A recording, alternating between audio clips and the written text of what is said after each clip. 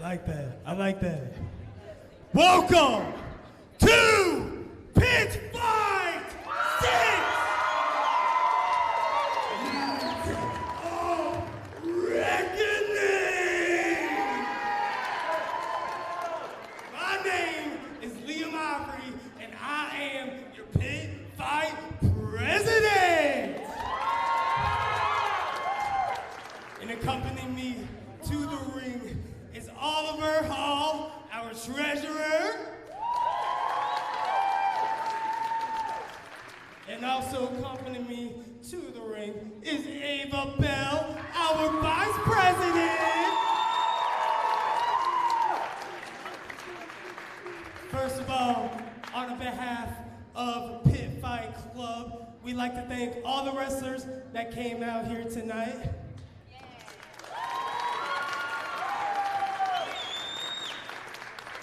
We'd also like to thank everyone else that came out here tonight. All of the proceeds from you coming out buying tickets, they're going to the Pittsburgh Foundation and Cauliflower Alley Club.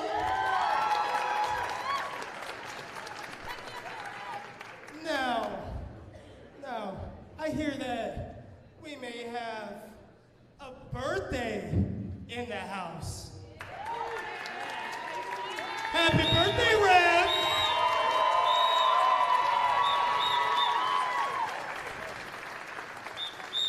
I also hear that we also got the Bobcat Brawl. I also hear that we have some gold on the line.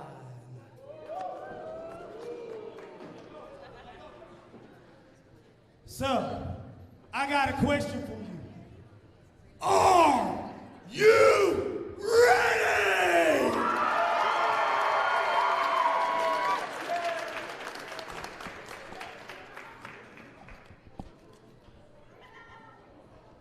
Let's do that one more time. I have a question for you. Are you ready?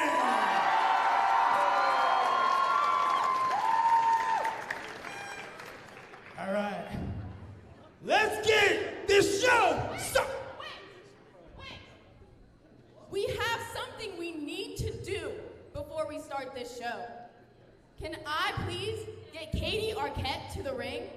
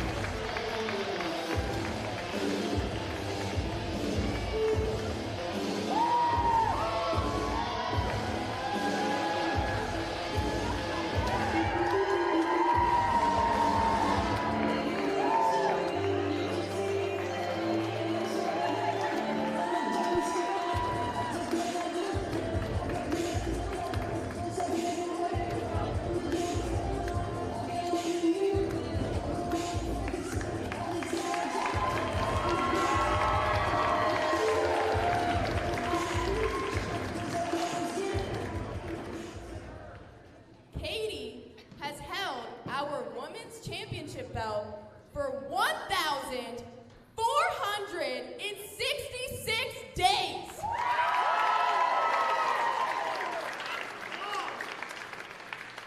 She is our longest reigning Pitt Fight champion. And tonight, she is going to be facing Dynamite Danny Moe to defend her title. But before we can let you do that, we need to present to you our brand new Women's Championship belt.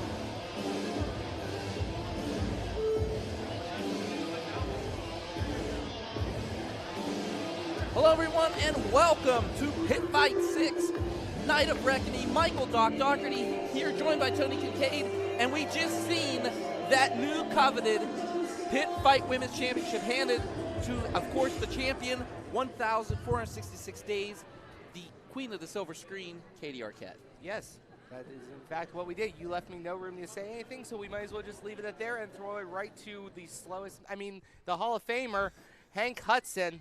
All right, Pitt Fight wrestling fans. I am your ring announcer, Hank Hudson.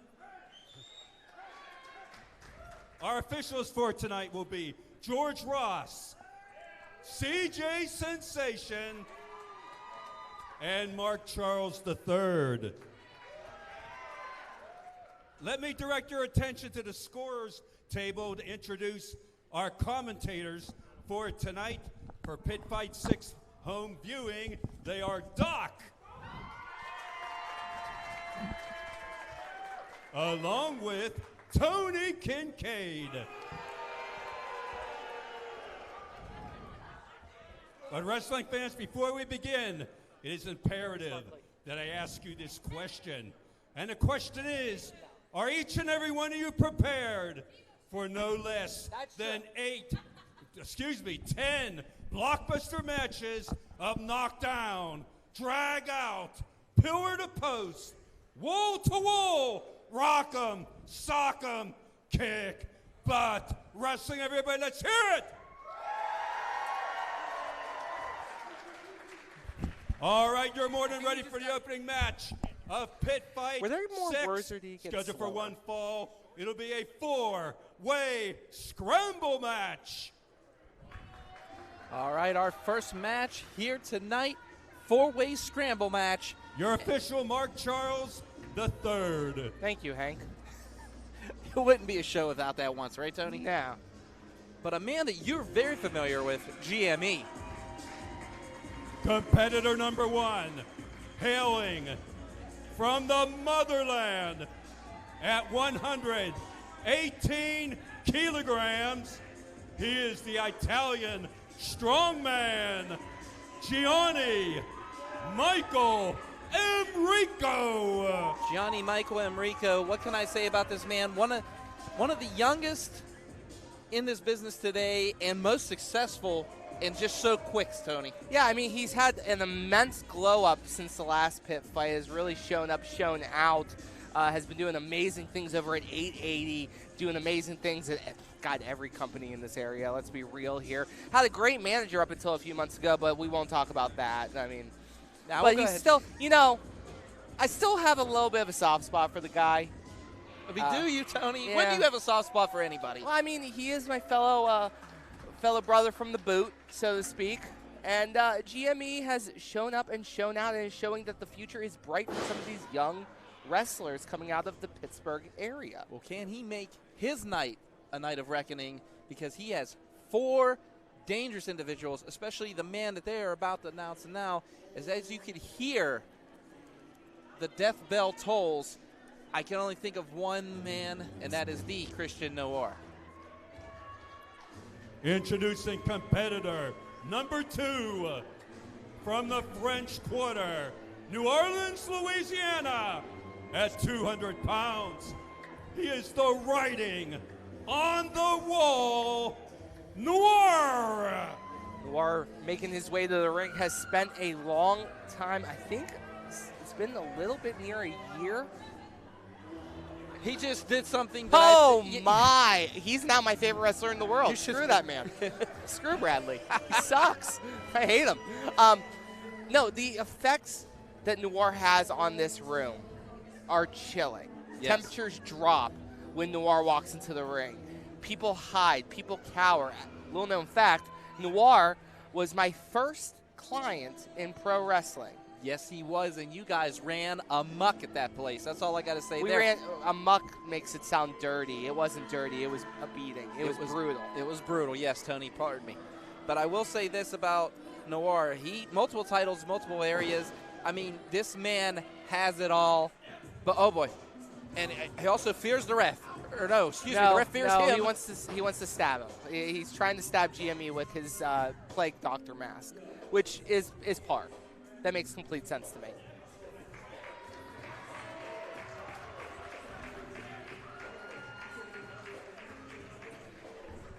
Competitor number 3, accompanied to the ring by Betty Frenzy from Pittsburgh, Pennsylvania, 185 pounds. He is the Sky Prince, A1, Anthony Young. Anthony Young making his way to the ring, and as you can see, under new management with Betty Frenzy, this is a great combo, Tony. It is a great combo. They've been doing some amazing work at other companies. I've seen a little bit of their work at 2PW, but I've also watched a lot of their work in other companies in the Pittsburgh area, and they are starting to really get a grasp on what this is going to sound mean. It's not. A1 has always needed someone to guide him. I think he now has that focus. Let's see if that translates. And now our final competitor, now trending worldwide. He is the social media icon, Tad Jarvis. Tad Jarvis, the One social... full match. Thank you, Hank. Tad Jarvis, the social media icon, making his way to the ring here, wanting to make a name here in Pitt Fight. Is he going to shake it? Oh, no. Dissed by GME, but then again, would you expect anything less? No, from that bald bat. Oh, language. From that bald jerk. Yeah, no, I wouldn't expect much from anything. Gianni, how are you doing, sir? How you doing, sir? Oh. Well, still bitter about the last couple months. It's okay. I mean, it's a spot show, kid. Like,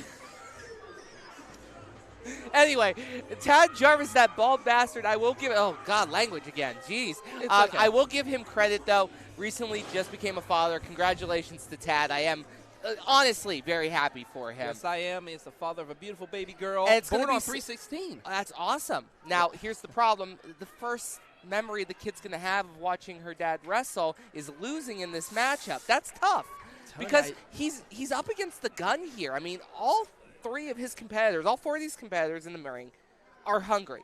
Now, you got Noir, decorated beyond all measure, has won multiple titles in this industry. GME, one of the most decorated young guns. If it wasn't for the fact, I will give Tad credit where it's due, world champion over at Rise. So, I will give him credit where it's due. Yeah, I was going to say, when you started talking that, I was hoping you was going to point out the fact that Tad Jarvis, is the getting Rise. Yeah, but you know who else has held that title in there? That's right, Noir. Well, actually, Noir, and I'm pretty sure GME held that title too. Is someone correct me if I'm wrong on that one? No, I don't. Yeah, you're right, Tony. You're absolutely right. Again, but right now, you see with the little 4-way test of strength here. Oddly enough, A1 has not held, I believe, this title. I know he had in his career.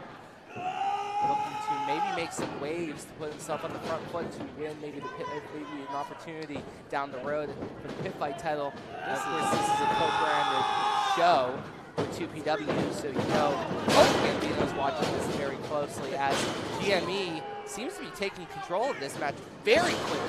GME, the ultimate opportunist, I mean, kicking Noir and getting him out of the reach recently.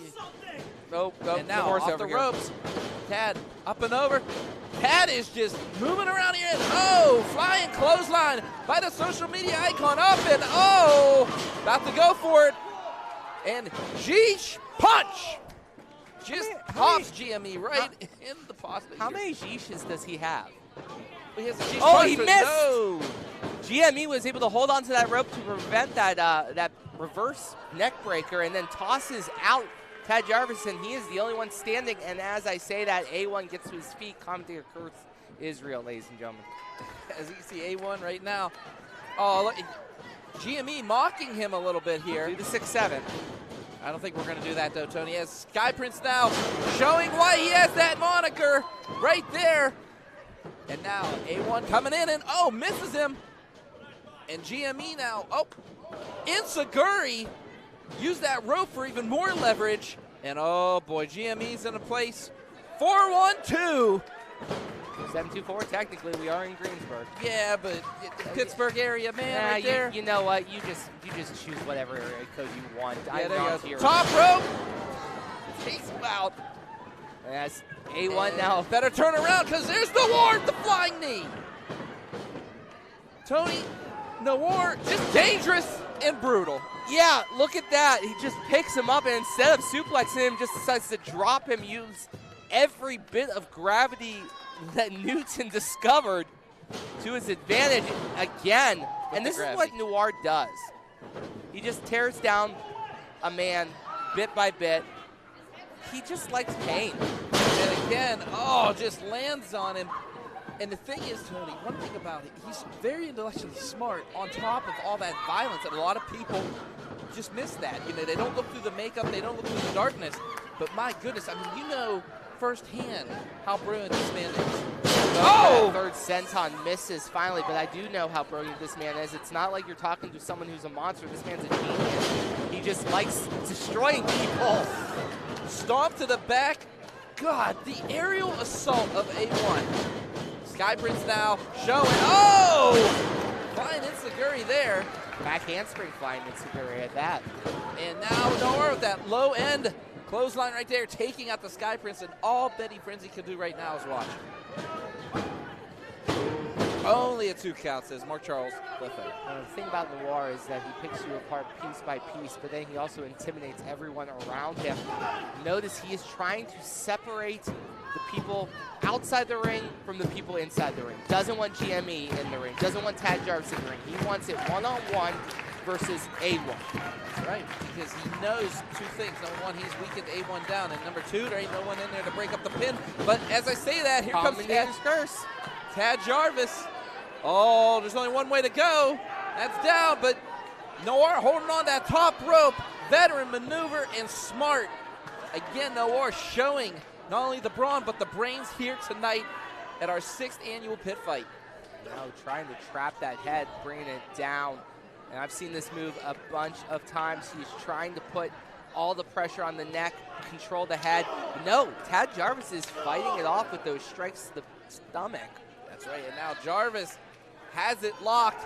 Oh, no, going for it again. And blocked no. again. You know, Noir, man, he does not mind tossing him out on his hardwood floor. But wait, GME now. Oh, boy. Oh, boy. Oh, wait. She's going for the Tower of Doom. Betty Frenzy is holding the leg, calling. She's waving for something. I'm assuming A1. No. Yeah, A1 now.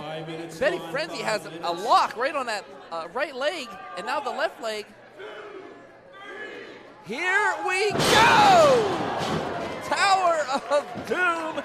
And oh no! Followed by a banana split to GME, and he is screaming like a 6-year-old who just got kicked for the first time. IndyWrestling.live replay right there. You see that Tower of Doom. And oh, from the heavens. No, A1 almost had it, but Tad Jarvis kick it out in the nick of time. That steak sauce frog splash right there from A1. Beautiful air on that jump. Not able to get it. Now he's going back to Noir, and I don't know if this is the best move in the world to try to attack Noir, considering Noir did so much damage to you. And that opened him up for the Sicilian Sleeper, as Jimmy has that baby locked in. And in the middle of the ring, Tony, there's no way he gets to the ropes. Oh, wait, big reversal.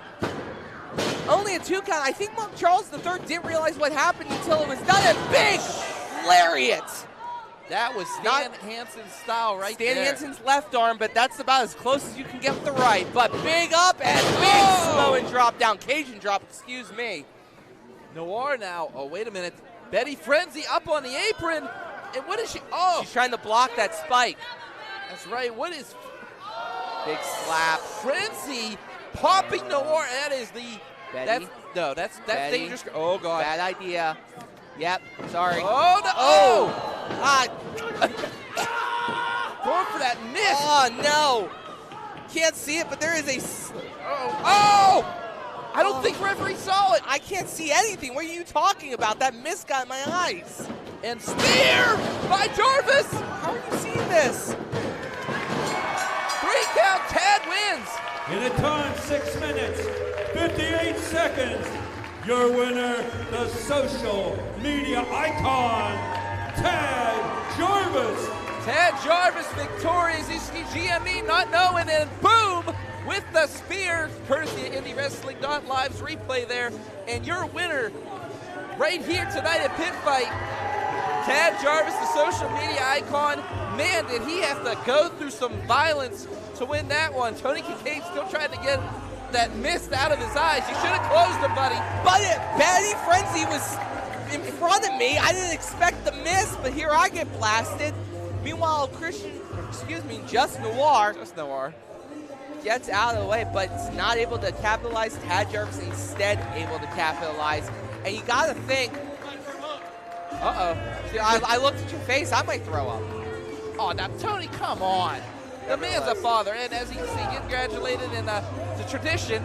He always wears Bradley's scarf. That's the tradition. Yeah, it is a tradition. Every time Bradley's in, he always puts that on for luck. I'm not lying. That's the tradition we're going for. All right, cool. Congratulations, nonetheless, to Tad Jarvis, your winner in our opening match of Pitt Fight 6. All right, we're getting started, and as we saw earlier, Katie Arquette presented with that brand new coveted Pitt Fight Women's Championship. She'll be defending that tonight. That's right here against Dynamite Danny Moe. And my goodness, these two, no strangers to each other. And what can I say? Pitt Fight, we bring it here, man. We bring it, and we are bringing it to you tonight. That's right, this Women's Championship match. These two have fought everywhere, all over the area, all over the Midwest. You name it, they have done it. And I'm excited to call this historic matchup. That's right, Katie Arquette with the streak, 1,466 days, your Pitt Fight Women's Championship. But if there's one kink in the armor that I've noticed throughout Arquette's career, it has always been Dynamite Danny Moe. So who is ready for this one? That's right, Pitt Fight's Women's Championship. There's the challenger, Danny Moe, very loved here. That's right, at the University of Pitt-Greensburg. No stranger to this wrestling crowd. Yeah, I mean, Danny Moe's no stranger to Pittsburgh wrestling in general, but she is beloved by Pitt-Greensburg and these fans. And it's weird to say this, but I feel like my entire career I've been surrounded. The challenger. I'll wait. From the 412, she's world record holder, Dynamite Danny Moe. Can't cut some changing up champions entrances on that one, I guess. Nevertheless, Danny Moe, I feel like my entire career I've been surrounded by Danny Moe versus Katie Arquette. That has been the story of women's wrestling in Pittsburgh, period. But would you have it any? No, I wouldn't, because these two are, in my opinion, some of the most untapped talent. And I don't know why we're still calling Danny Moe versus Katie Arquette matches. I'll say it right now. Someone watching, whoever's watching from the Fed or from Jacksonville, will you pick up these girls? I mean, they're that damn good. They've made appearances in both of those areas. To the ring by the director, Derek Dillinger, and representing the production, she is the defending Pitt Fight Women's Champion from Greensburg, Pennsylvania, the Queen of the Silver Screen, Katie Arquette. As the champion makes her way to the ring, led by the dangerous Derek Dillinger. That man scares the hell out of me. Derek, the funny thing is, I asked Derek earlier, and he said, for Pitt Fight, I'm going to be a little bit nice. I'm only going to hate you a little bit. Just a little bit? Yeah, you know what? I'll take that. I'll take that. Because these two are two of the most dangerous people in the industry. Katie Arquette is one of the best women's wrestlers in the industry. Untapped in a long-term deal. That's what I was saying before Hank cut me off. Untapped in a long-term deal. It is ridiculous that we are still able to watch this, but we are blessed just the same to be able to catch the next chapter in the ongoing story of Danny Moe versus Katie Arquette. And his thing about Katie Arquette, this is her hometown. Yes. You know, and the thing is, Danny Moe has to understand she is under a hometown. She's against the hometown champ right here. So I hope that's probably weighing the mind on Dynamite Danny Moe. But Danny Moe does not let much bother her. I mean, she has been in the rings with the likes of Corey. We've seen some hellacious battles there. But a sign of respect between Arquette and Danny Moe right here tonight. And here we go, locking up this Pitt Fight Women's Championship. IndyWrestling.us, you are in for a treat here tonight. But then again, Tony, how many matches has historically been on IndyWrestling.live when it comes to these two? I mean, I've lost count. I've honestly lost count. This is an amazing opportunity to once again watch Danny Moe versus Katie Arquette. Now with gold on the line. A lot of times we see these guys volleying for position on their route to try and just take gold and then defending against each other. This is one of those classic times where one of them's holding gold and the other one wants the gold. Yes, and I mean, they've chased each other numerous times. I mean, both of them with titles. Both of them just all around the area. And here we go. As you see that agility of Danny Moe coming into play right now. Oh, my goodness. And now just takes out the champ right there. Takes her down. Trying to get that quick 3 count, but it's going to take a lot more than that to defeat either of these ladies. Now, both of them going for quick pins on the offset, and then Danny Moe, surprisingly, as I was saying it, leg scissors, they're both going into grappling and mat-based wrestling. You have to think that style will be an advantage to Katie Arquette. I mean, yes, but the thing is, Arquette, she's teaching this right now. She's teaching this to others. What I'm saying is listen to what I'm saying. Okay, mat-based, Katie Arquette has the distinct advantage. If you get into a speed battle, Danny Moe is usually the one with the advantage. But here we are matching up, and we had a stalemate at grapple. Again, another sign of respect, but no. Now pulls her into that headlock. I mean, can you blame her? I mean, that's a title. There's a streak on the line. Misses that clothesline. Up. Oh! You know, it's almost like they listened to me because that was some aerial from Katie Arquette, followed up by the big hip right there. She's about to go. Pitt Fight, be ready. Bronco Buster. And she is just charging right on Danny Moe. That will knock you out. That is a powerful, I mean, this woman can deadlift almost triple her body weight. Yes, like, I've seen the videos. She's a beast. As you see Danny Moe now rolling almost out the ring, trying to get a little bit of air. She's going. I mean, smart. Katie Arquette has stayed on her opponent, but she is sizing her up for something here. That is a dangerous place to be on the outside there. But no, Danny Moe turning it. Goes up. And now rolls her up. Only a 2 count there. Yes, both of these ladies going for huge knockout blows right now. Right under the chin with that one, Tony. I mean, she caught her, but she has to stay on top of the champ. Lays that leg drop on. Only a 2 count, says CJ Sensei. Yeah, CJ Sensei. I think Katie was pretty close to the ropes, too. I'm not 100% sure CJ was at the right angle on that one. Nevertheless, the right call was made, the kick out at 2. It is tough because Danny Moe is a striker, too. That's right. She has some height, she has some agility. She also has a devious left, and a devious right, and a devious elbow, and a devious mule kick, and a devious heel kick. It's tough. I was just gonna keep you like spinning going. kick. I mean, what do you want from me? This girl has strikes. She has it all, Tony, and she has Arquette up. I watched her knock Ray Lynn out. Okay, what do you want from me? Yes, she has. She's been in there with some of the best, especially this woman right here, Arquette, and she goes up. Look at that agility. Look at that balance. Poised, ready to go, and just, bam, slams down on the champ. Only a 2 count. She was so far away. Normally with the handstand splash, they are positioned about where Yokozuna positioned up for the bonsai drop. She cleared like a third of the ring on that. That is the amount of strength she has to be able to just propel herself upside down like that. Katie Arquette fighting out of this headlock, though. You talked earlier about Arquette workout videos. I mean, have you seen what Danny Moe does? I mean, just on a daily basis. When we're talking about tripling squats, tripling deadlifts, these girls can both lift a ridiculous amount of iron. When I talk to them, I refer to them as ma'am. But anyways, well, that's called sudden respect, and sure. Oh, that was not respectful. No. And Danny Moe, I mean, these guys have battled everywhere. They know what they're doing. And now, Moe, ready to go. Getting this crowd fired up here tonight. And all you can see is Arquette trying to get her breath. But no, and just spine buster.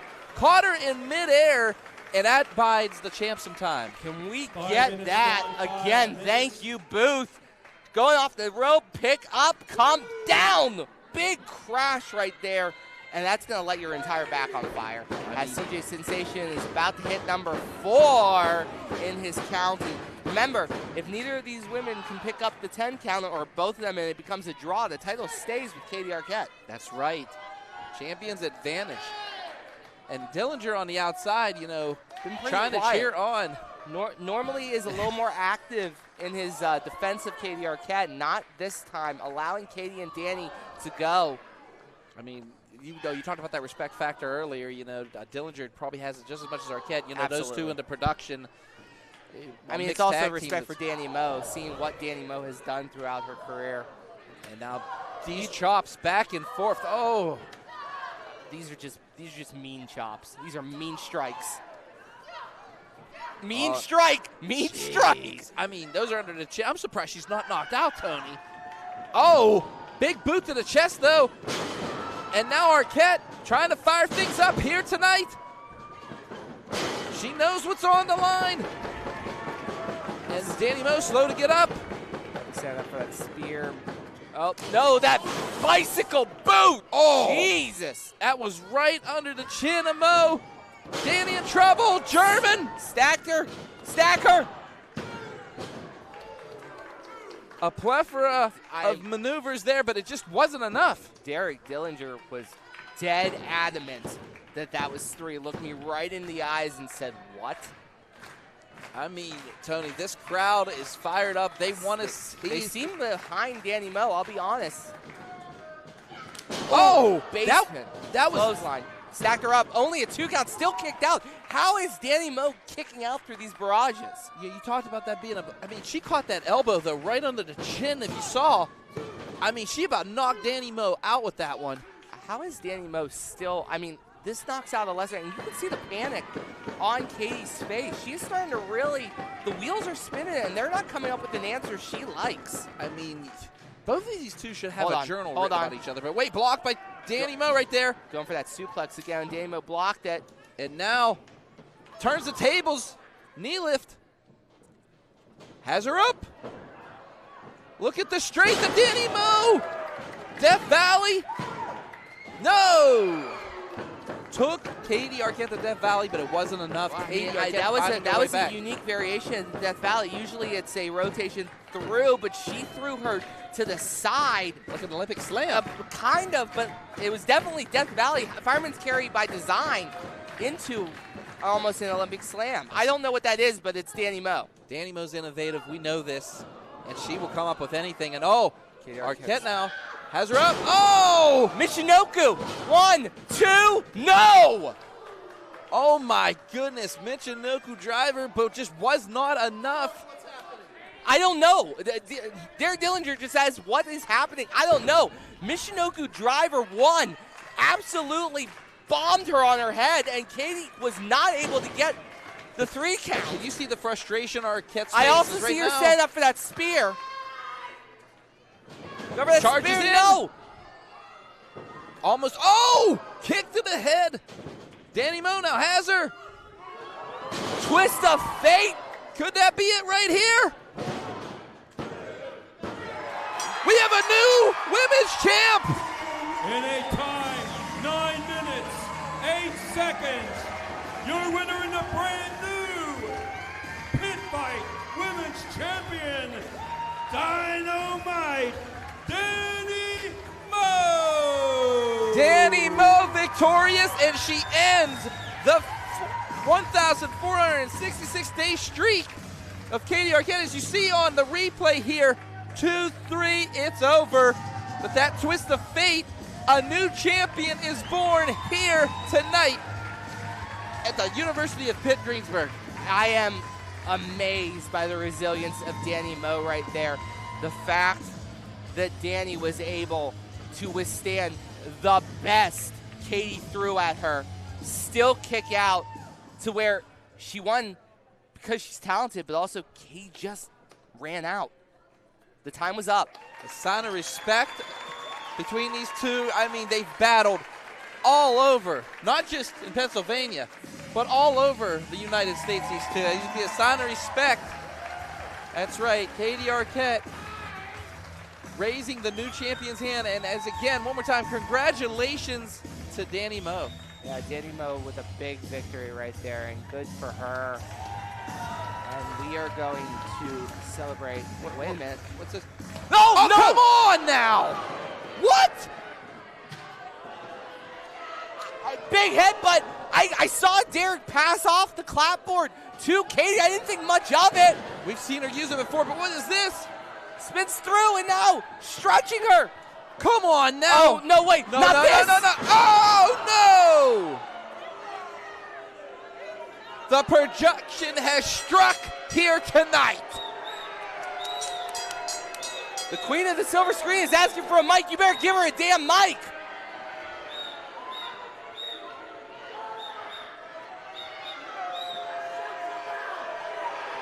What is happening? Pitt Fight. These fans are out of their mind furious. Will someone please turn her mic on?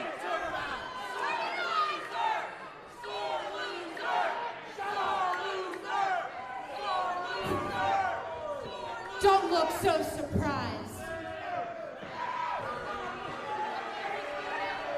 I was the greatest Pitt Fight Women's Champion for 4 years!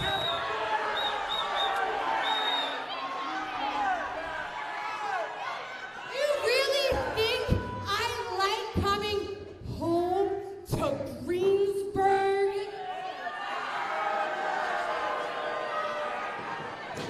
Oh my God. I'd rather be where I've taken a new hometown in Cleveland, Ohio. What?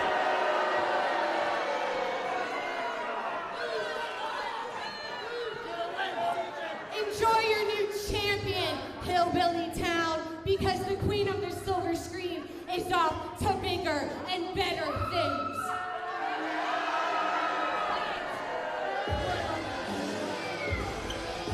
I am just appalled. I am shocked. I love it. Of course you do, Tony. Of course you would love something like this. Danny Moe fought probably one of the biggest matches of her life, and now this. She should be standing in that ring with that title. But she's not, and you know why she's not standing there with the spotlight on her? Because Katie Arquette stole the spotlight. You can have your Pitt Fight title, but the spotlight stays on the queen of the silver screen and the production. That is a baller move. I just think it's downright low down dirty. And that's why you'll never make it in this town, kid.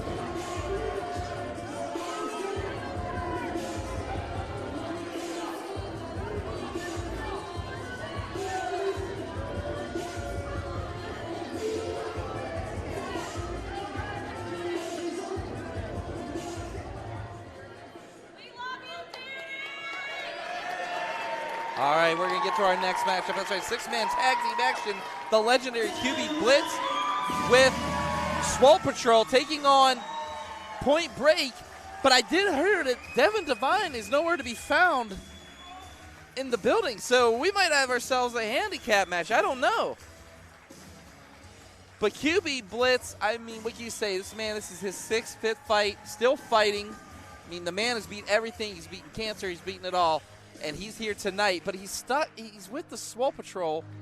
I would love to know who put these teams together, Tony, because obviously, I'll just say it now, Swole Patrol don't get along with anybody. No, you know this. But maybe QB Blitz and Swole Patrol get on. They're all three of them are gym rats. I mean, they might have actually like met up in the gym, been cool in the gym. Like, you don't know. You're acting like, you know, people. I know you've never been to a gym, but like we do actually talk. And, like, you'll learn one day. Well, we are awaiting, that's right here, Night of Reckoning, six-man tag team action. Point Break, Johnny Mahalo, Carter Taylor, you know, they've had tag team championships. They're actually current tag team championships in other areas. And, of course, Taylor, actually a heavyweight champion in another division.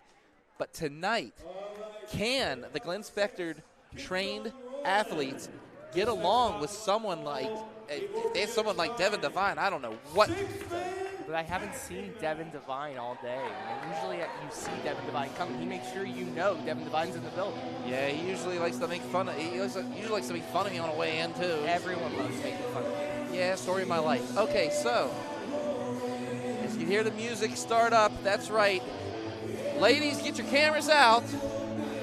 Be ready to shout, because Swole Patrol's about to turn you out. Yeah. I was told to say that. Threatened, actually. Look at the physiques on these gargantuans. I guess, yeah, I'm going to start talking and then Hank will cut me off. Trio number 1 at a combined weight of 660 pounds. First, introducing, they are the kings of Pittsburgh. Thick Brawn and the Bald Bombshell. B.J. Hales, the team of Swole Patrol. Swole Patrol making their way to the ring, and I mean, already a couple championships under their belts, but still just cocky, arrogant. They don't like anybody. No. But they are very fond of themselves. I always, and I mean this with the kindest amount of energy I possibly can. These guys are the walking, talking epitome of what a man should look like. Hey, BJ. All right. BJ. Sorry. BJ. Yeah, he loves me. Yeah, I think they do like you, but you no, know. they are the walking, talking amalgamation of the volleyball scene from Top Gun. They are that masculine.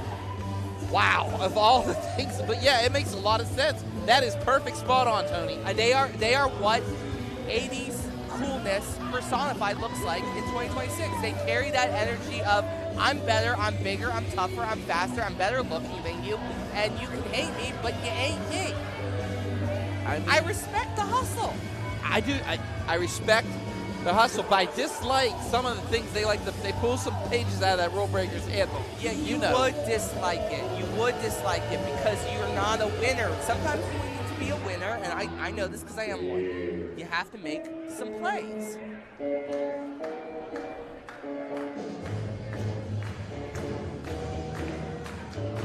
Wait for their partner.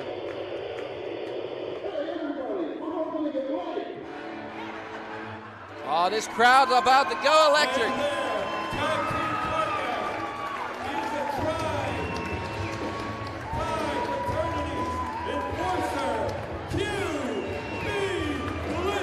QB Blitz here, hometown legend. 6th Pitt Fight in a row. They love him here in Pitt-Greensburg. QB Blitz, a legend. I mean, he's earned the right too. That's the best part of it. Normally, I would clown someone for calling themselves a legend, but in this case, QB Blitz is a legend of Pitt Fight, a legend of Pittsburgh wrestling. He has really stepped up, showed out, fought vehemently against cancer, beat cancer's ass. I know I'm not supposed to be swearing, I'm going to swear anyway. QB Blitz, and continued competing while he was facing off and fighting and beating cancer. That is a legend, in my opinion. And he is here with Swole Patrol, but this, what? Trio number 2 at a combined weight of 645 pounds. First, from the Laurel Highlands, is the Highlander, Michael McGowan. Highlander Michael McGowan.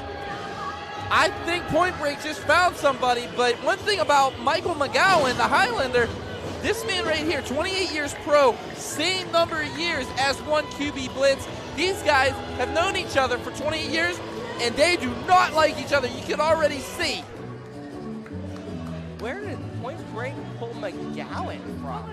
I don't know who developed these teams, because a rule breaker like McGowan with a team like Point Break.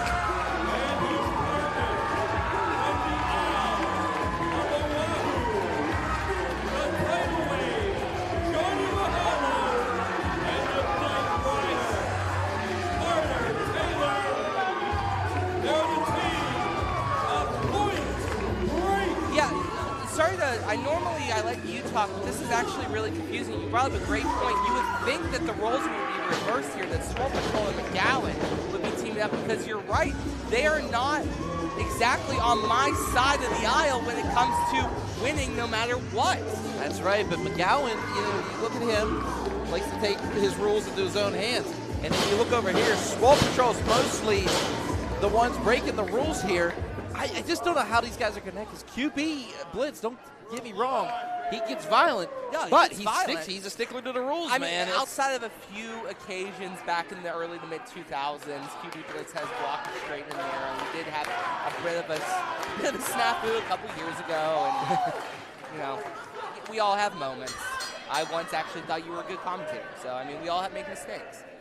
Gee, thanks, Tony. Okay, so these two about to lock it up. That's right, Mahalo and Vic Braun, or excuse me, no, the ball bombshells in there. I know BJ's been gone for a little bit from our eyesight. Hasn't been at 2PW for a while. Maybe this is his path back to 2PW. I would love it. I would love it. As much as, like they yell at us, but that's okay. They yell at you. They love me.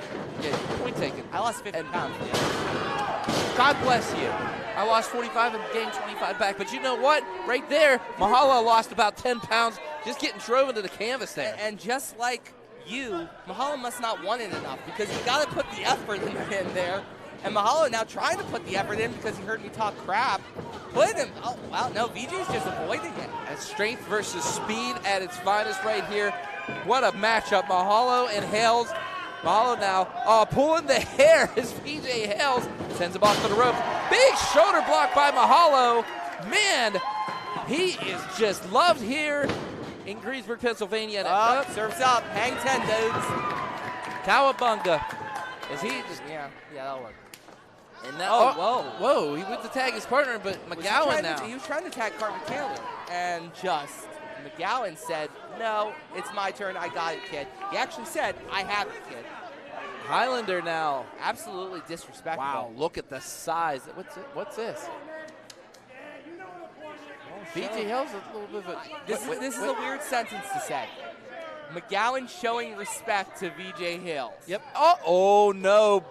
Blitz. And you mentioned this earlier. Blitz is not, and McGowan are not fans of each other. No, they are not. I mean, these two have hated each other. They have beaten each other up all over Pennsylvania. And now these two legendary wrestlers, nose to nose. My God, Tony, I feel like I'm like 20 again. My goodness. This is straight out of 2006. And now, well, for you, maybe 1996. But, these guys, for me, 2006. And now Mahalo pulling off, saying, hey, McGowan, respect. What are you doing? Man, no. Oh, what is this? And now Swole Patrol attacking someone from behind. And wait. You don't rip your partner off. And, no, wait a minute now. McGowan and Swole Patrol. That doesn't make any sense. Why are they attacking their own partner? What is going on? And now Mahalo beat on McGowan. What is going on? Wait, what's going on here now? Wait. Wait a minute. Whoa. I don't know what's going on here, but we're not having this at this show here tonight. So right now, I am restarting this match, but I'm changing up the rosters here. So QB Blitz and Point Break, you're on a team. Swole Patrol, Mike McGowan. Ring that damn bell. All right, you know what? Kyle from Pitt Fight making a judgment call here, and I think it was a good one. No, it made the most sense for sure. There was no way we were going to get through this match without it being a brutality fest, and now McGowan punching his 5 seconds ago partner, and now giving him the Scottish kiss. Carter Taylor, smelling things from the Laurel Highlands. Braveheart be damned. Oh, my. Has that lock, double arm up, and right into a backbreaker. Oh, Tony, there was no give with that whatsoever. And now tagging in Vic Braun. Here we go. Welcome to Planet Fitness, Carter Taylor. But, man, look at the physique on Taylor. Lots of credit to him, man. I mean, he has done something in his business. And here comes, and taking him to that planet one more time is Vic Braun. And now, look at, he's trying to fight the whole corner here. The death corner, as you like to call it, Tony. Yeah, this is not a good place for Carter right now as he's being shoved, essentially hung over the top rope. no way to get air, and he's separated. It might as well, I know it's only like a 20-foot by 20-foot ring. It might as well be 20,000 yards. Like, there is so much distance when you have a big man like Thick Vic Braun blocking up as he's now taunting our student section from Pitt-Greensburg, the Pitt Fight Club. Another thing he was doing too, Tony, while he was taunting him, he was blocking Taylor from even getting a tag to his to either partner. Smart tag wrestling, and this is why VJ Hales, Vic Braun, they were former tag champs. And yes, Point Break has a bright future, but they have not won the titles that Vic Braun and VJ Hales have won, and they don't curl as much as the big boys do. This right here, a trademark from Swole Patrol, and they drive that double elbow right into the chest of Carter Taylor. Carter Taylor is slow to get up. He has to make a tag here. He cannot keep taking this punishment. One thing about Swole Patrol, they punish you. They break you down bit by bit, piece by piece, until there's nothing left of you. Oh, that might be the opening with that jaw jacker. That's right. Blind tag McGowan. That's the McGowan, excuse me. That is the veteran talent. Oh! But that's just the pure athleticism as he goes for a diving tag and blitzes in. Here we go. Takes out the Highlander. And now Swole Patrol and QB Blitz is on a mission, and that mission is pain. And now, again, get double teamed by Swole Patrol, and Mark Charles, you just lost control of this matchup. Everybody is in this ring. They are just beating the holy bejesus out of each other. I don't even know who the legal man is. I know QB Blitz is one. I have no idea. Actually, it was Highlander. Thank you. That's right. McGowan, slow to get in here. McGowan, man, you hear the death horn, he comes a-running, and right now, as you can see, Thick Vic Braun now, being the Trojan horse, you could say, misses an up and over, and there goes Swole Patrol. And now it is a 3-on-1 situation. Oh, big forearm by Mahalo. Oh, takes out Swole Patrol. Look at the agility, the balance. Mahalo, that knee. Uh-oh. Don't do this. Let this go. I mean, Mark Charles, I don't even know if he knows who the legal man is. Boy. And now they're just beating, Point Break. I think it's exactly who we thought it was. Hey, Mark, kick to the midsection, no. McGowan has him. Going for that death horn, no. QB Blitz, the power. Throws the Highlander into the ropes, has him. Going for it. Spear by Blitz. Could that be enough?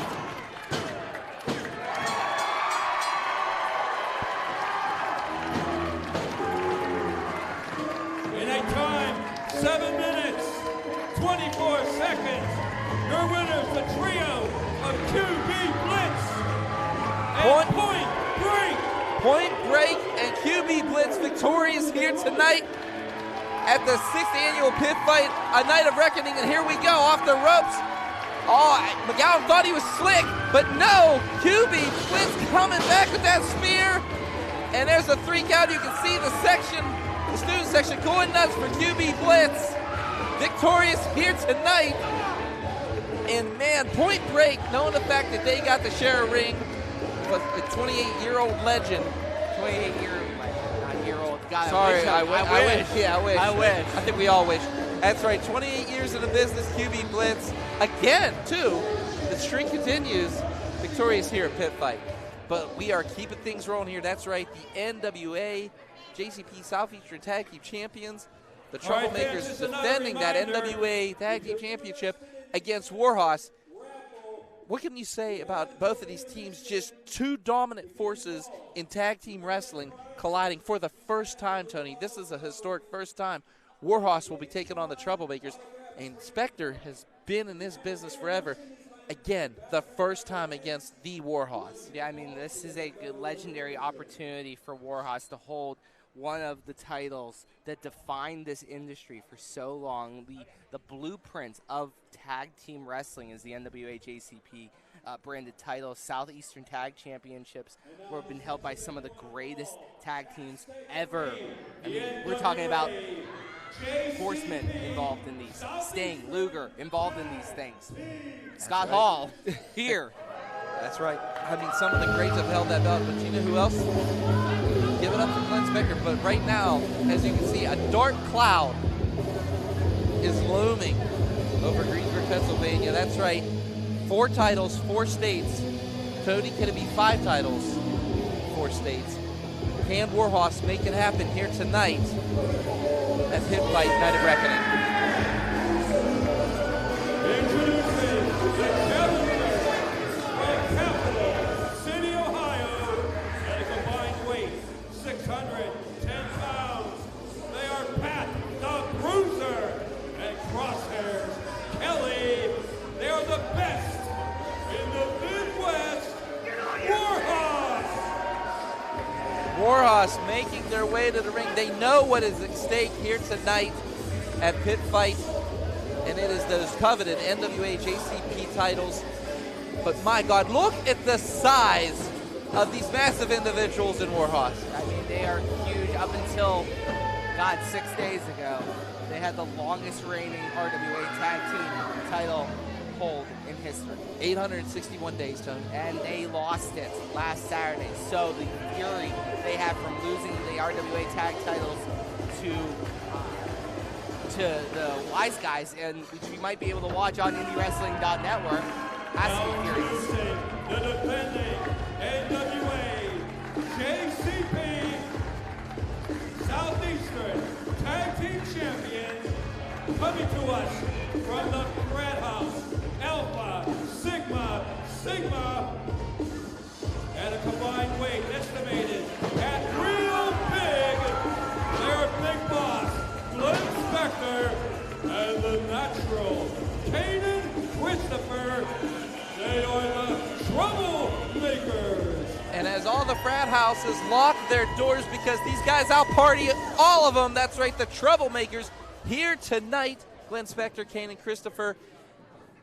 When I say trouble, you say makers. Trouble. Trouble. Trouble. Now we're in Pitt country. And Pitt country is Troublemakers country.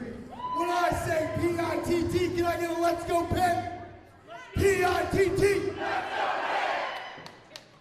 That's right, Spector getting this crowd fired up here tonight because they know what is at stake.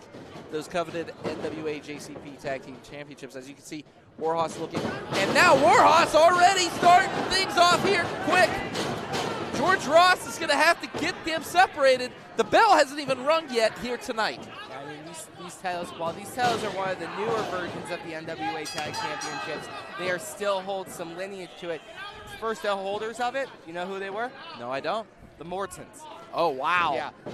Rick Carey and Ricky Morton were the inaugural champions all the way back in 2021. And since then, it has been climbing up, sort of being using as that stepping stone where the regional NWA titles get looked at by the national NWA titles to get an opportunity. And the pride, when I talked to Spector earlier about holding that title, first of all, he told me to hold that. Secondly, he told me that he had an immense amount of pride being able to hold this title with Kane and Christopher, to be able to say that they are etched in history. You know, it was etched, that top rope right into the eyes of Kane and Christopher. Now, flip side to all of that, if Warhorse is able to take an NWA title, it's incredible that the NWA sanctioned this match for Pitt Fight. That is an honor in and of itself. But if Warhorse wins these titles in a non-NWA show, it will cause some inner turmoil. Warhorse will be on the radar of the NWA.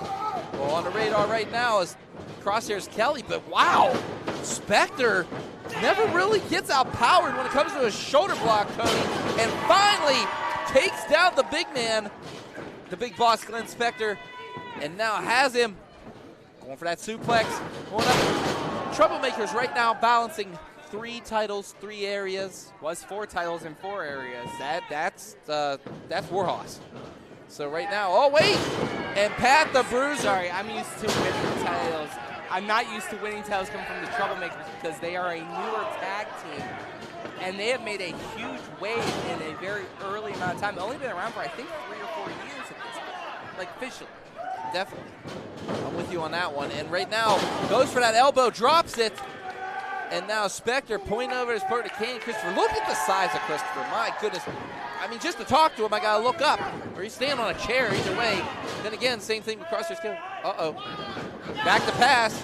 Goes up. Touchdown right under the chin. And now, Kane Christopher and Spectre just rolling along here tonight at Pitt Fight. And now, holding him. Oh, the extra point time. Kick is up. It's good. I thought for 1 second we were going to see that Psycho knee that Spectre likes to throw. And Might be down the road, but we're in Pitt country. Didn't you hear them? Let's go Pitt. Yeah, gotta kick the extra point. That was a kick, though. You could say that was more than just 1 point right there on poor Crosshairs Kelly. Good Lord. And now, stuck in the corner, the troublemakers is Crosshairs Kelly. Now Christopher drags him out. Face first off that top turnbuckle. A night of reckoning. Can the troublemakers retain these titles? Has him up. Oh, big collapsing splash by Christopher. And now Kane and Christopher, a student of Glenn Spectre. And taking a big size 14 to the jaw. Yeah, that is a Crosshairs Kelly staple. Kane Christopher is still an immense talent, but he's still young, still makes those young person mistakes. Like right now, he has put himself in the wrong corner for offense. And right now, I'm doing a Docism. It's so annoying. It is a bad situation for Kane Christopher. Because look at this. Now Warhorse is able to control the match. They are using this situation to now bring Kane into their own corner. The ref is completely distracted. Glenn Spectre is dragging all the attention to himself and not to Kanan, and they were allowed to attack. Warhorse was able to gain the advantage. But Tony, this is why Warhorse holds so many titles. This is why Warhorse is probably one of the most dangerous tag teams in this area because of things like this. Because they know how to work referee. They know how to get the referee. Look at that. Already coaxing the big boss to come out, which I'm kind of surprised because, wait a minute, Spectre! It's surprising that Spectre, who is such a veteran of this industry, is able to get thrown off his game so strong by the presence of Crosshairs Kelly and Pat the Bruiser. I rarely see this with Glenn Spectre. Do you think Spectre maybe, I wouldn't say, I'm not going to say he's intimidated because nobody scares Glenn Spectre, but do you think maybe just weighing on the mind, it's just the pedigree, you know, the heritage that Warhorse possesses, you know, the title. Maybe not Warhorse itself, but maybe the reality that you could lose the NWA JCP tag titles tonight might be weighing a little bit on his mind. Glenn Spectre has faced some big opponents in his career. He is facing, right now he is running the gauntlet in OVW. Yes, he is. Yes, Warhorse is terrifying, but you have to be ready for that, which is why it's so shocking that he's off his game right now. It is. See, Christopher, I will give credit. Sorry to interrupt you. King Christopher, for being the rookie right now, is fighting tooth and nail to withstand every brutal attack from Warhorse. Yes, I mean, just the fact that he's still standing right now, Tony, is just, it awes me. But oh my God, Pat the Bruiser, misses that big splash though. Tosses Kelly out the ring, and finally, Spectre tagged into this matchup. Comes in, bringing those right hands, the big boss, and now taking on both members of Warhorse. Look at the big boss go. 20 plus years in this business, and showing it right here tonight. And my God, no quit in the big boss. Yeah, no quit. Pat the Bruiser, who refuses to go down. Never mind, now he's out the ring. My God. Tony, what a chop. Again with that size 14. Cover now, one. Just a one count. Now he's holding him down and choking him. That's the receipt you get for kicking out at one. Come on now. He has to the count of 5. He does. You took it right out of my mouth. Now he's eye gouging. Jeez. This is Crosshairs Kelly as his most psychotic. I mean, you think about it though. Kelly, Bruiser, they beat you up, man. They make you. You wake up in the morning, you know you've been in a war. This isn't it's just a battle right now. I mean, my God, we have basically a street fight, but with rules. Well, then it's not really a street fight. But all right, kind of see where we're going with that. As Pat the Bruiser now whips Spectre out the corner. Pat is the legal man. Oh, no.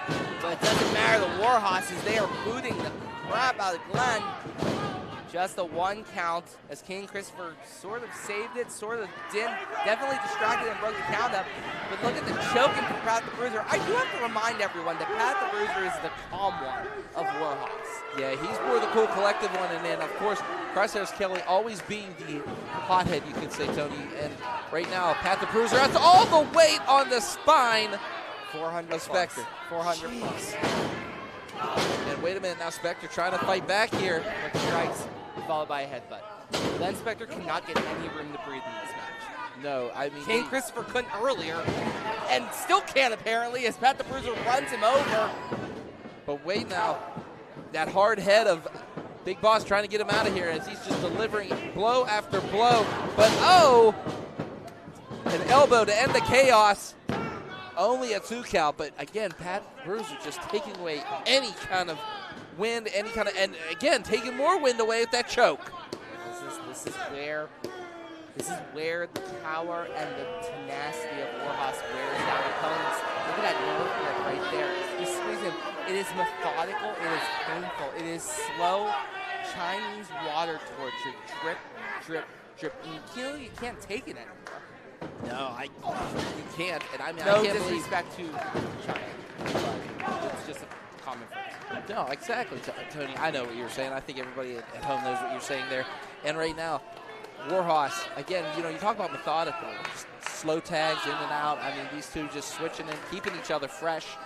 And again, I gotta notice something else here. The attacks to the eyes of Glenn Spectre, he cannot be able to see straight. No, he can't. I mean, he's trying to reach over, but as you can see, Crosshairs Kelly giving him that glimmer of hope and then taking it away. That's cerebral. Yeah, that's the cerebral, methodical attacks of Crosshairs Kelly, and now just striking him. Glenn might be out. I don't. Now he's using that. It's almost like a Peruvian necktie, using the rope to choke you out. Glenn Spectre's trying to fight with every last gasp of air he has, and Crosshairs is just saying no. I mean, he's denying anything, Tony. He's just. But wait, now Spectre, maybe a second wind comes charging, but no. Again, Kelly. Again, giving that glimmer of hope. Again, going for that. Going for the big boot and then raking down on it. And this might be the 6th win that Spectre has tried to grab. I appreciate it, but at some point, you gotta bow out to the. I mean, you're gonna get your lights tapped out on this. That's right. And right now, I mean, one thing about Warhawks, that Haas toss. Hate to interrupt you. Yes, the hot toss is dangerous, but so is Glenn Spectre when he catches a head of steam. Oh, but both combatants closing each other, and both are out on the canvas right now. This might have been the opening that Big Boss Glenn Spectre needs to get to Caden Christopher, who has been saving his energy, has been out of this match for a good 5-10 minutes. Might be able. 10 minutes gone. 10 minutes. Oh, got the boots. Pushes him away. Here goes Spectre. Tag Caden. 2 fresh men in there now. 2 fresh bulls. Oh, misses him. Splashes his own partners, Pat the Bruiser. Christopher now, they kicked in the midsection. Calling out the big man. Up, and Kelly just drove into the canvas. This crowd going bananas for Christopher. And Christopher has him. Only a 2 count on that sit-out spine buster. And Caden Christopher being able to pick up 400 pounds and drop it like it's a bag of rice is insane. Throws his own partner. And now Christopher, oh, monkey flip into him. Oh, but black hole slam. Broken up by Glenn Spectre. My goodness. And this is breaking down. You're going to see the replay here. Throws that monkey flip, but no. Boom. Pat the Bruiser laying it out there. That was supposed to be a monkey flip into a clothesline. That's a usual maneuver. That, Ender. Yeah, Ender. Oh, wait. Speaking of Enders, Tony. Has him up. Asas is denied. Big catch by Glenn. And now, going for it. Misses him. Throws him around. And now the troublemakers trying to make an example here of Warhawks. Tag. Glenn is now the legal man. Spectre is the legal man. Throws him in like a battering ram. European uppercut, and now we're going back for it. Up and oh! Kingston clothesline. And the Troublemakers, still your NWA JCP champions. 46 seconds. Your winners and still NWA JCP Southeastern Tag Team Champions, the Troublemakers. Troublemakers victorious, retaining the NWA JCP. Here we go one more time. Keg stand, clothesline. That is an FAKT fact that knocked out Crosshairs Kelly. Crosshairs Kelly is still not got up, and still your NWA JCP Southeastern Tag Team Champions, the Troublemakers. Big win for the big boss and the young protege, Kaden Christopher. Holding on to those titles, going to be able to call offices back down in Kentucky and say, hey, we're good. A little scared. Might want to keep an eye on them Warhorse kids. We're still good. Warhorse could still be lurking around somewhere here tonight.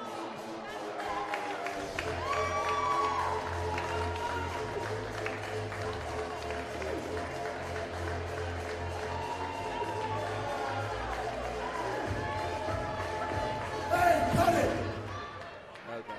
Warhorse, I hate the way you guys do business, but that was a hell of a fight. You ever want to come for these again, you just give us a call. Well, that is a sign of approval from the big boss, and those don't come easy. Trust me, I know. I know. But now it is time for the Bobcat Brawl. That's right. 15 to 16. 16. Let me run down the list while you get your energy drink, because I know you're dragging a little bit. The Bobcat Brawl is an over-the-top. I'm kidding. Calm down. Every 60 seconds, a new competitor will enter the ring. You can only be eliminated by being thrown over the top rope. The annual tradition is one of the staples of the Pitt Fight matchup, and it is one of our favorite matches every year.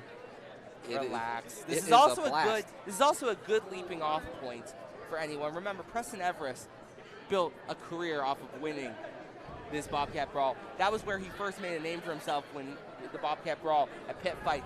A few years later, 2PW champion and the Pitt Fight heavyweight champion. That's right. And tonight, one of these lucky competitors, two of these lucky competitors, that's right. Whoever the last two competitors are in this matchup, Tony, get to face the great John McChesney in a triple threat match later on in the night. So they're going to be going through some grueling pain. And it's not just a triple threat against John McChesney. The winner of that will become the #1 contender for the Pitt Fight Bobcat Brawl. Here are the rules. That's right, #1 contenders match. So there's so much at stake for these. Randomly selected grapplers in the ring. Thereafter, approximately every 1 minute, I just explained this, so I'm a going new to talk grappler will enter the ring. all night. Elimination. I do want to by throwing reference opponents how over the top important rope the and Bobcat down to the Brawl floor is for with people. both feet having to It touch is a the floor huge opportunity to for complete these young the competitors. elimination. And finally, once all 16 participants have entered the melee, here's the change in this year's rules. The final 2 competitors left will later advance to a triple threat match later tonight, competing with Big League John McChesney, and they will battle to be the ranked #1 contender for the Pitt Fight heavyweight title. Introducing the first randomly selected competitor, Freak. Whoa! From the culmination, that's right. Freak has drawn #1. One of the most hated men I've seen in Pitt Fight history, 2PW history, hell, everywhere. As you can see, Freak making his way to the ring. Nope. I actually thought he might have had a change of heart there, but you can't change somebody's stripes. You can't change anything about this man. One of the most. He's not wearing stripes. He's wearing all black. The tiger stripes. I'm old, sorry. But as you can see, Freak Doyle making his way to the ring. But drawing #1, that is the worst number you could draw in No, Rumble. it's not. #2 is you don't get the popular circumstances #1 gets. #2 is the worst number you get. number one gets all these pomp And and now circumstances randomly people talk about. selected number 2, the Bearcat, Keith Hutt. That's right, Keith Hutt making their way to the ring. The Bearcat, and that this is his actual sixth Bobcat Brawl. Can the Bearcat survive the Bobcat Brawl? Yeah, Keith Hutt has been trying to grind away and get that opportunity. For this might be the moment for them. They might need to shake it up a little bit. Of course, they're rocking up at 880 right now, rocking up in Rise. A little bit dizzy. But I will say this about Keith Hutt. Tonight they are wearing a makeup tribute that he wrote it the way his war paint is. The war paint on Hutt's face is a tribute to their partner, the great Honey Badger. Aw. Honey Badger beat the crap out of me. Why am I okay with that? Yes, they did. They beat the hell out of you. But now, tonight, Keith Hutt taking on Freak to start things off here. The Bobcat Brawl. That's right. A man who's pretty much the manager combination against the Bobcat, Hutt, and Freak about to lock things up here. He's also a title holder in 814. Let's not just call him the manager. He also is a recognized wrestler. And also, don't say just the manager. That's like me saying just an a-hole to you. He just kicked away a handshake. Yeah, he's very gifted. Look at that strike.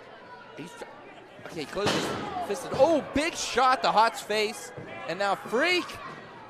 Oh! Wow, that was hot. I guess we're going to have some love here. And, oh, no! A face full of hot you don't want. You're looking in horror, Tony. No, that's fine. I see it every month at Top Rope Tabletop. I was about to ask that next question. But wait, you can't pinfall here. Number 3. But you can have a crushed sternum. We are awaiting number 3, Oliver Gray. The undeniable one, Oliver Gray. That's right, this man here, a brawler.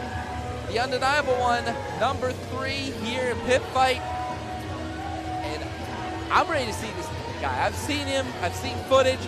I've never got to call anything for this man. But here we go. And wait, Pitt? What's going on here, Freak? What is with the kissing today, Freak?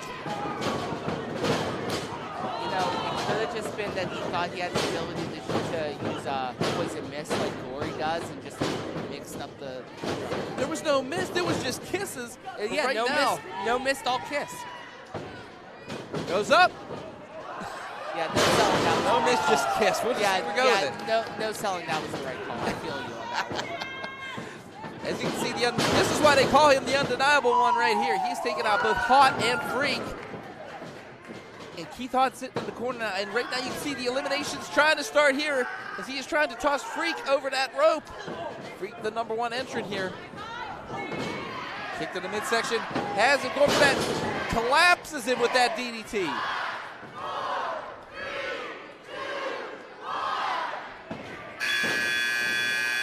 Who is number 4? Number 4.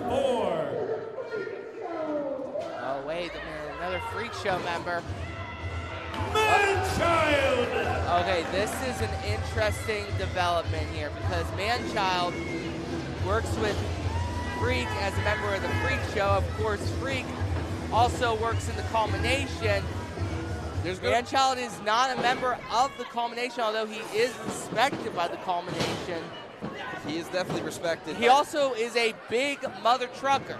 Another thing I will tell you about this one, Tony, it is very hard to get Man-Child off his feet as Oliver Gray just bounced right off of him. Good Lord. Oh, my God. The undeniable one denied that right there. Wait. Uh-oh.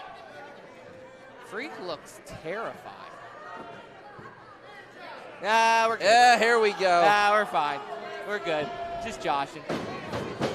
And again, the Freak Show running kind of deep here. Yeah. In the Bobcat Brawl. Nobody has been eliminated yet from this matchup. Oh, no! Oh, my goodness. And standing right now is the man-child. It's hard to get him off his feet. How's it going to be easy to get him up off of that top rope? You don't need to get him off his feet to get him over the top rope. You just got to toss him. R.J. Booker.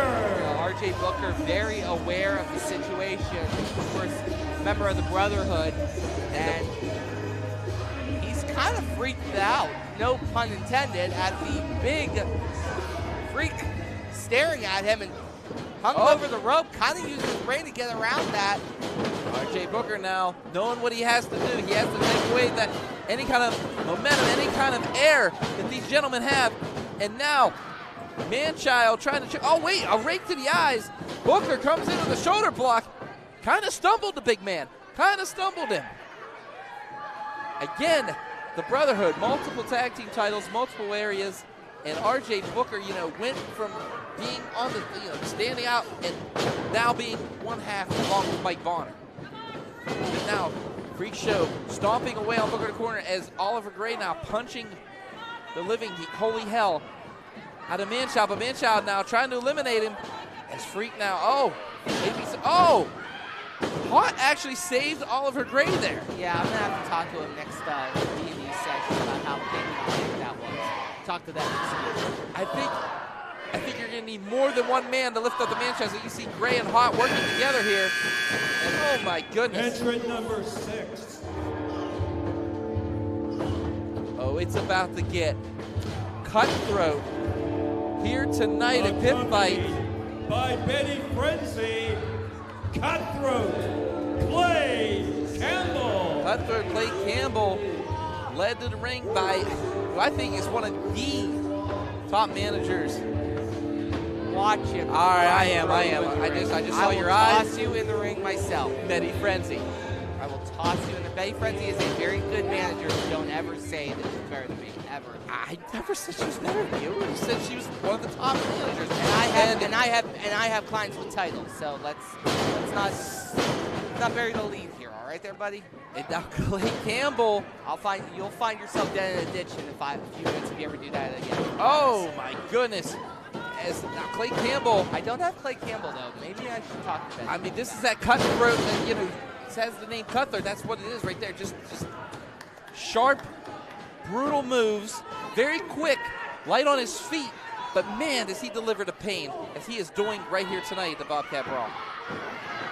And now, Man-Child saving Freak from elimination. Notice Betty is always hovering around her client, making sure, look at this. That is exactly what a manager should be doing in an over-the-top rope situation. I have saved my own clients the same way she is trying to save Claypool. Famously caught A.J. Alexander to prevent him from getting eliminated in the Renegade Rumble last year. I do remember this. Oh no. And now there were 3. But who is it? What member of the combination could be coming out right now? That's their music. The combination. Actually, and there's not just 3, there's like a bazillion of them. They're terrified. Oh no. Satan's Survivor, Philip Archer. Philip Archer, who made a return last 2PW, coming back from knee surgery, and now here at the Bobcat Brawl. Oh, this ring is just filling up. And here we go. Freak and Philip Archer. My goodness, look at these two.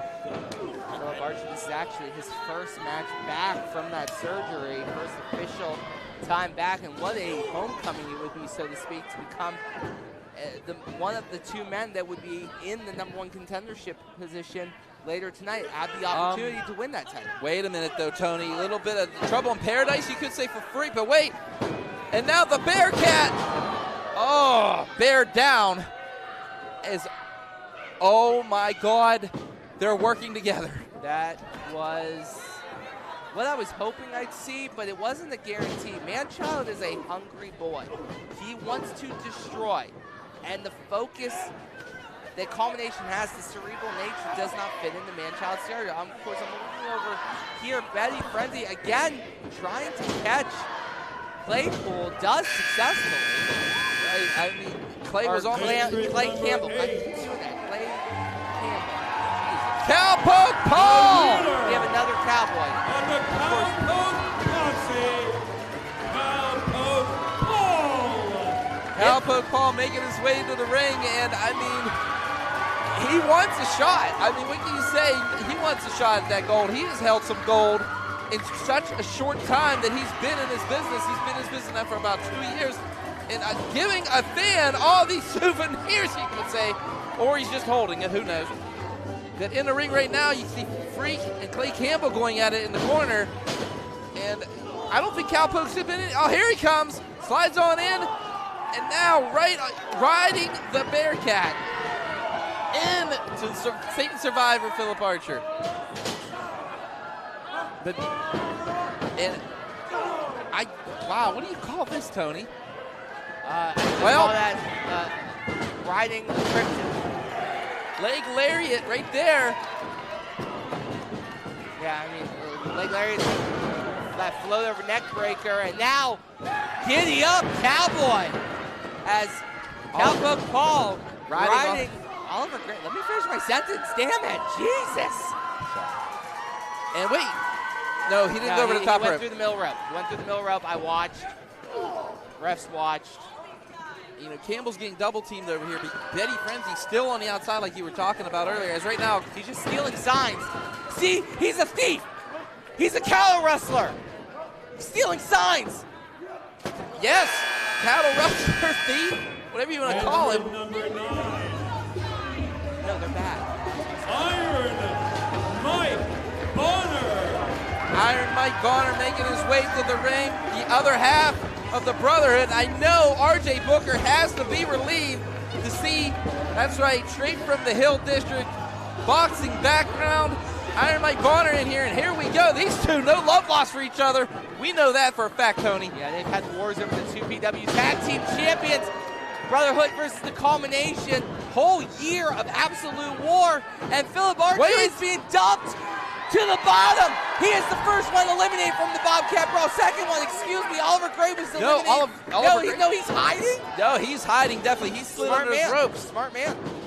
The Brotherhood taking revenge on the years of torture of the Culmination and just getting rid of Satan Survivor Philip Archer. And here we go, Oliver Gray back in here as they are taking it out on Freak. Apologies to Oliver Gray for mixing that up. Smarter than I thought he was. Good for him. Yeah, the Brotherhood double teaming Freak here. So the official first one out is Satan Survivor Philip Archer, and the only one out. Would you ever think you'd be saying that, Tony? I mean, it's an over-the-top battle royale. Things happen as they're all trying to eliminate Manchild, except for Freak, who is knocked out in the corner. Can't do it. Tossed all combatants.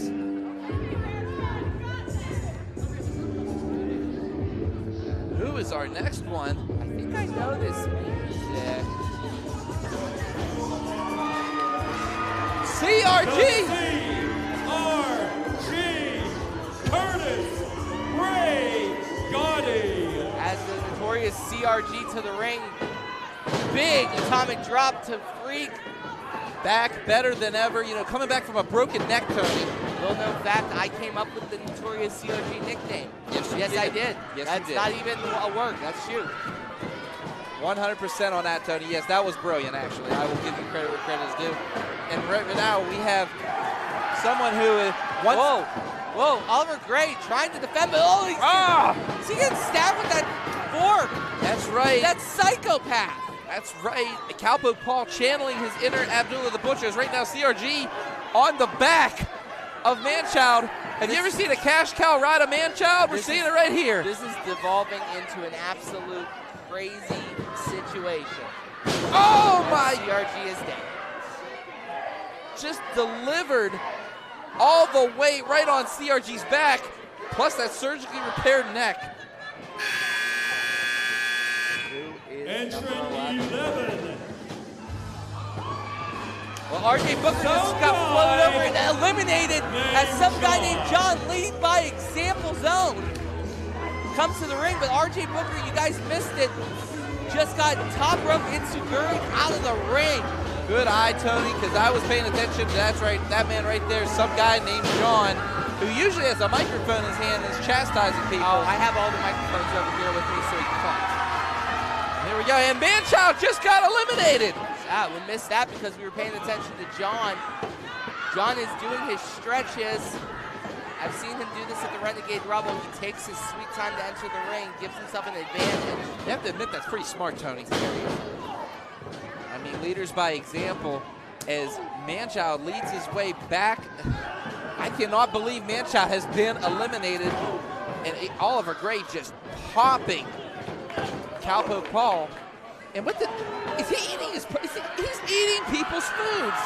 Some guy named John is literally outside stealing people's popcorn. And right now you can see Cutthroat trying to take out Freak here. Clay Campbell. Oh, Campbell's eyes were raked on that one. You know who's still in this matchup? The #1 and #2 combatants in Freak and Keith Hot. And you know who's not in this matchup?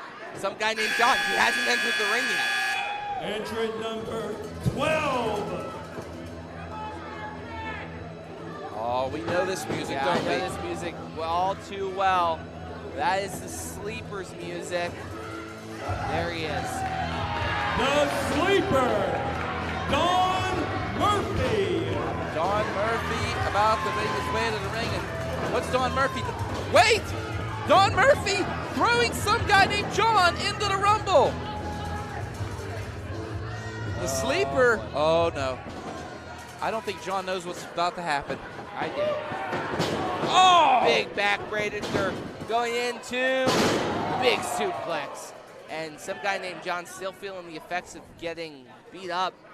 He ate a lot of popcorn before he went in there, too. So he's going to be bloated and everything.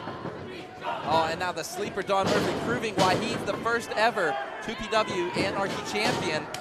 This man is not afraid to get in there and get it on. Up and over. Choke slamming. One of the biggest big men we've ever seen. That's right. And Freak, oh, kick to the midsection. Freak was trying to make a friend here because he don't have any left.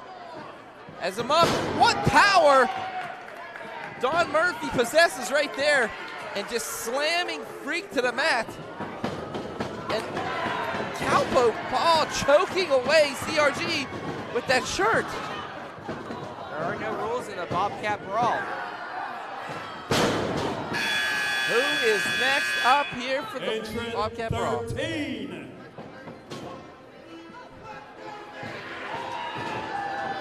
Rally up, Drew Ryans. Drew Ryans from Philadelphia, Pennsylvania. No, Here he that's goes. the Whiz Can. Formerly known as the Whiz Can. I was told that today. I'm friends with Elijah Dean. That's the Whiz Can. Yeah, speaking of Elijah Dean, going toe-to-toe and taking Dean to his limit the last time he was in the ring singles competition. Yeah, he's still a Whiz Can. That is a Whiz Can. He wants to be formerly known as, but I'm not going to argue with him. He can come get it from me in blood if he wants me to stop calling him a Whiz Can. That was through the second rope, I might add. Did not eliminate Cowpoke Paul. Oh, wait, CRG! No, CRG is eliminated. CRG has been eliminated here, and now This is stunning just everyone. stunning everyone. Oh no, Freak catches him. Pushes him around. And stunner! That's the only thing he knows. Oh, pokes him in the eyes. But no. Oh, come on. Well, the can was empty, so you got to throw it away. Some guy named John sticking up for the environment, I guess, and eliminating. Entrant 14. Oh, no. This guy just made a big impact against Gory last Saturday at RWA. Avalanche Adams is about to come in, and let me tell you, if you don't know this guy, he's a beast. He's a beast, but Freak has been eliminated. Avalanche Adams. Avalanche Adams making his way to the ring. I'm sorry, Tony. I just wanted I to saw try that. to... Freak was eliminated, and now CRG's kicking the crap out of him. But Avalanche Adams is in the ring, and Avalanche Adams took Gory to a limit for the No Limits title. That title will be defended Wednesday against Beastman versus Gory at April Fool's, sponsored by the Wrestle Mayhem show. That's right. And did you see that back elbow? He calls that the Adams apple, and boy, did he just caught Cowpoke Paul with that one. And now coming delivering the goods to one Oliver Gray, who's still in here. Number 3. Keith Hott and Oliver Gray spending the most time here. And now Clay Campbell has been eliminated. Betty Frenzy could not catch him in the nick of time. And now, wait a minute. Some guy named John actually saving Cowpoke Paul, but also eliminating Iron Mike Bonner. The ring is getting a little light here in the Bobcat Brawl. Some guy named John, Avalanche Adams, Oliver Gray, Cowpoke Paul. They're still in this thing. Don Murphy still here. And here we go. Who is next up for this combatant? Up and over. And Adams sticking on, and no. Cowpoke up. Okay, well, there is no way you don't know whose music this is. Adams just got eliminated, but here we go. Yep, it's one of the greatest pro wrestlers in Pittsburgh history, Super Hentai. That's right, 20 years. Oh, Keith Hott has been eliminated. The Bearcat again does not survive the Bobcat Brawl. Keith Hott fought their heart out.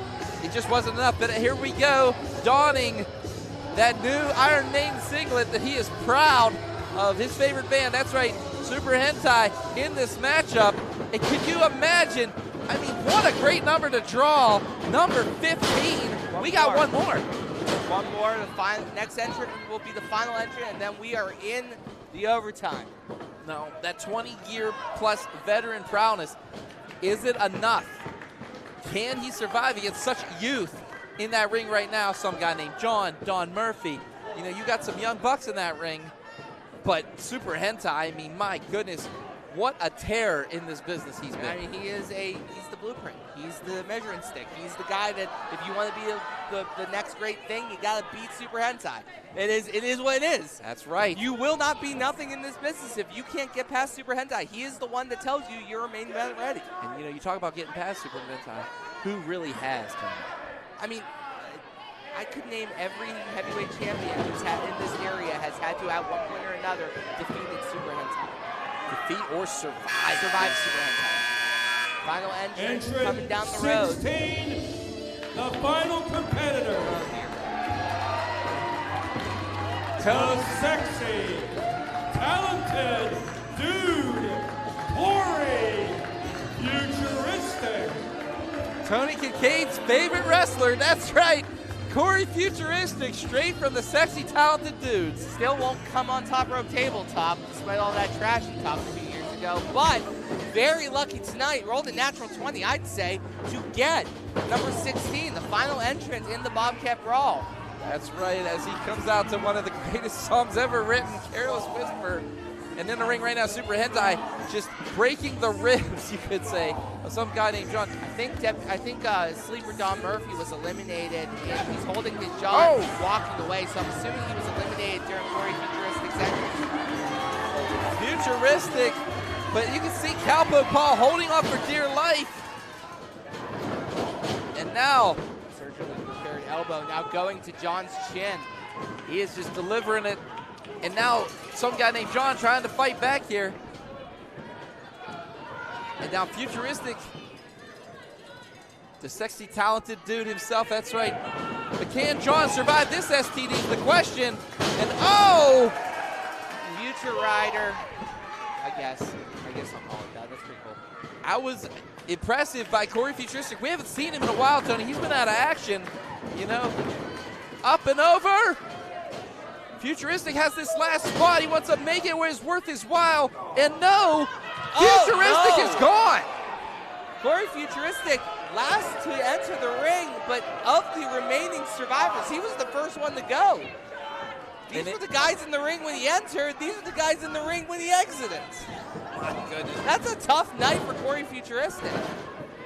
It is indeed. And the STD, I guess they found a cure. But right now, it is March Madness here tonight because we are down to the final 4 here in the Bobcat Brawl. That was good. I like that. And thank you. And now, going for that slingshot. But wait. Oh! And Oliver Gray eliminated. Give it credit where credit's due. Going in at number 3. Wait a minute. And it's over. That's it. In a tie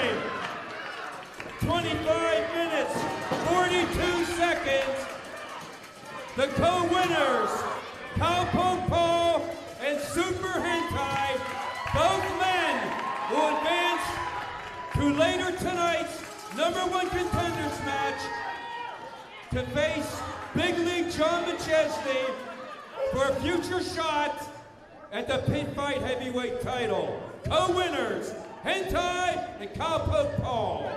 There you go, your two winners later tonight taking on the legendary John McChesney. But you can't just say that, because now the legendary Super Hentai, who has been in wars and back with McChesney, is in this matchup. And of course, Cowpoke Paul.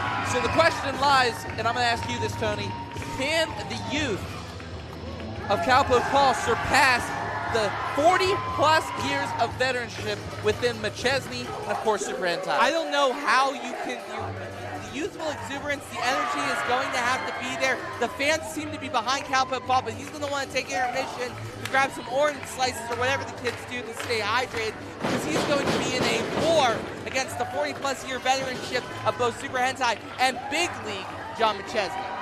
That's right. All this and more after intermission, folks. Again, thank you for tuning in to the Night of Reckoning. We're going to go on a little bit of an intermission. We will be back soon here at IndyWrestling.live. See you in about 20 or 25. Your sidekick in business for social media, video production, and more. Find out more at sidekickmediaservices.com.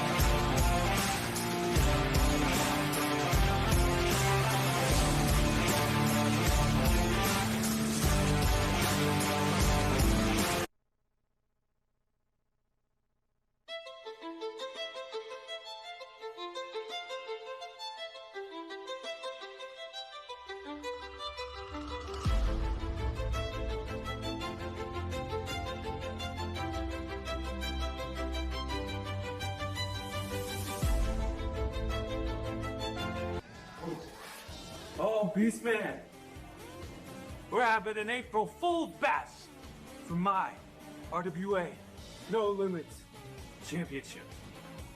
We're in a bite-off. We're in a bite extravaganza. There's gonna be bite bonanza. It's gonna be bite mania. And I'm coming to bite you. Will you bite the hand that feeds you? Will you stay down on your knees? Will you bite the hand that feeds you? Will you stay?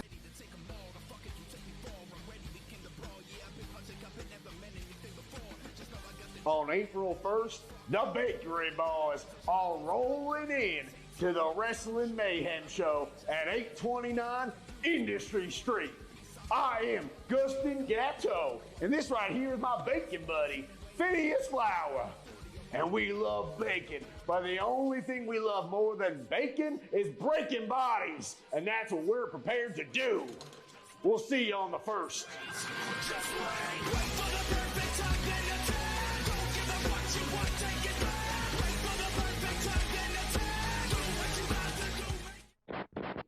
April Fools!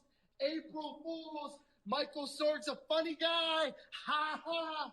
Sorg, I asked you. I picked up the phone and I called you. And I asked for the best tag team. The second best tag team. Because we're the best tag team to wrestle at your little show. And you do this to us? You do this to me? You do this to me? You do this to Katie? You give us the Bakery Boys? The Bakery Boys, that's who we're wrestling. They have a hat, they have a apron, a rolling thing, probably some eggs. Sorg! Why? I don't even know. You're sitting behind your little computer. Bakery Boys! Oh, Bakery Boys! Sorg, they're not going to cry over spilled milk. Sorg, They're not going to cry over spilt milk anymore because they are going to be left. Bakery boys, bakery boys, Bake and Ree will be left on the cutting room floor April 1st, Wednesday, in Allentown. I'm going to commit a murder.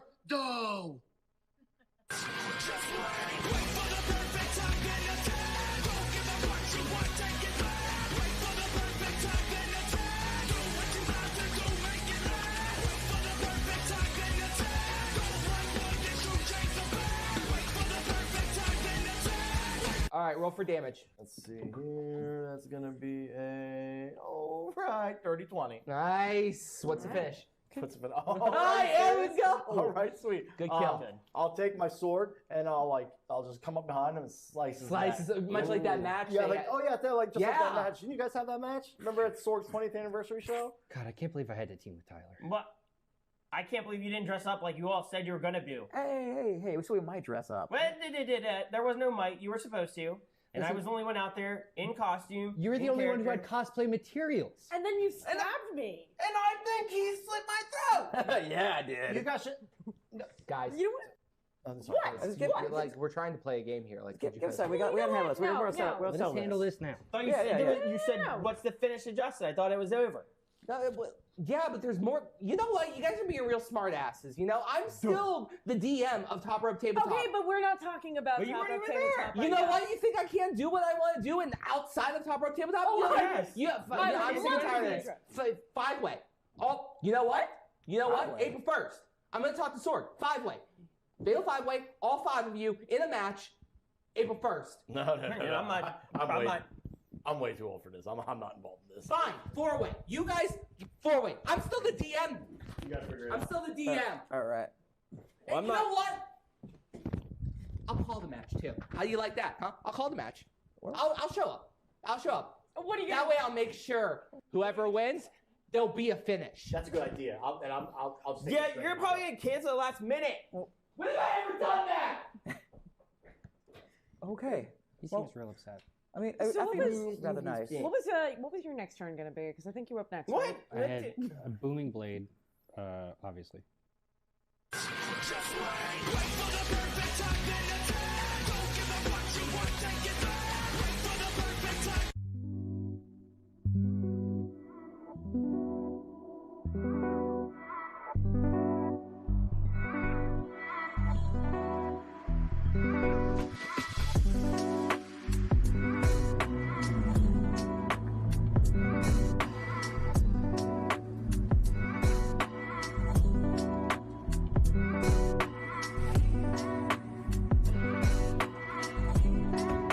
How's it going? Good. So What are you doing out here? I'm just telling playing some Pokemon, bro. Okay. Yeah.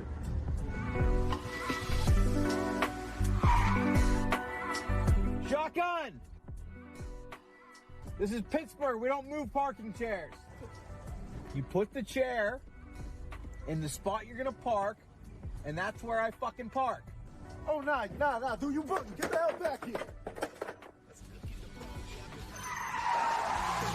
Just know I got the jump now, never give a fuck how. You think I got a petition, I hustle up clown. Take time and it's crucial. I've been playing just in tears with the fuck you think Alright, let's get this rolling. Calvin? Casey? What are you doing here? What are you doing here?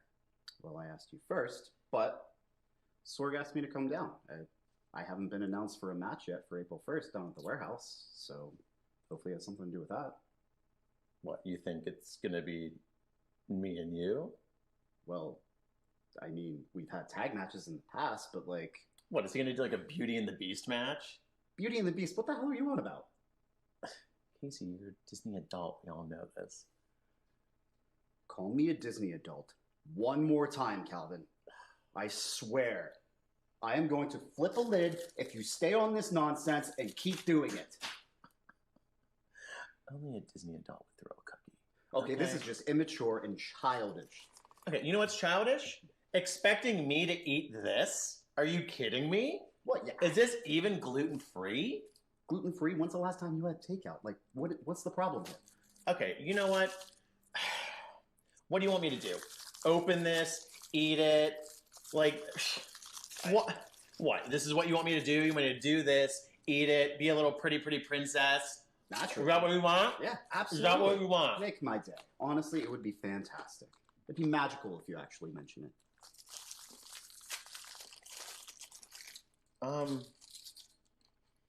There's something. Casey, something's. Sword! Sword! Sword! Sword! Sword!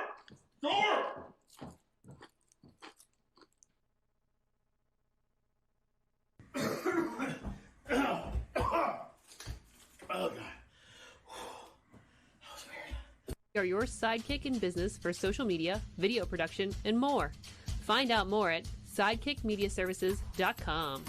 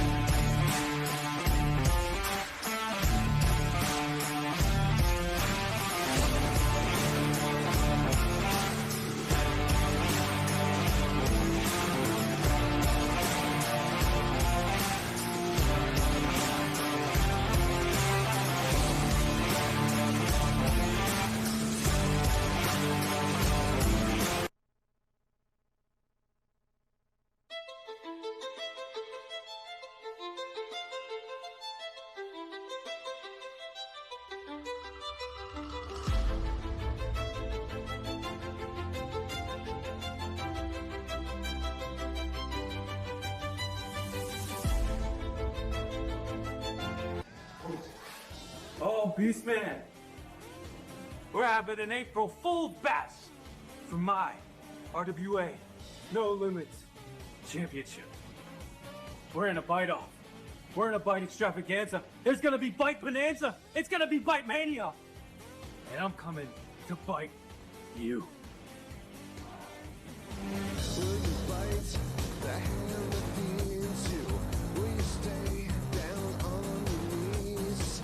Will you bite the hand that feeds you? Will you stay?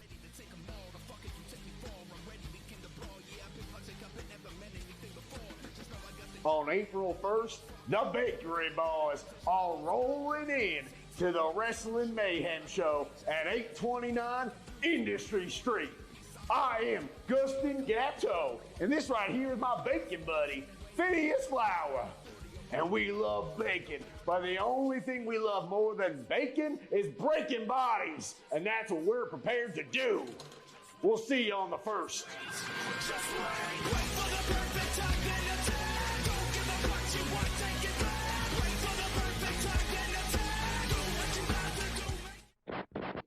April Fools! April Fools! Michael Sorg's a funny guy! Ha ha! Sorg, I asked you. I picked up the phone and I called you and I asked for the best tag team. The second best tag team, because we're the best tag team to wrestle at your little show. And you do this to us? You do this to me? You do this to me? You do this to Katie?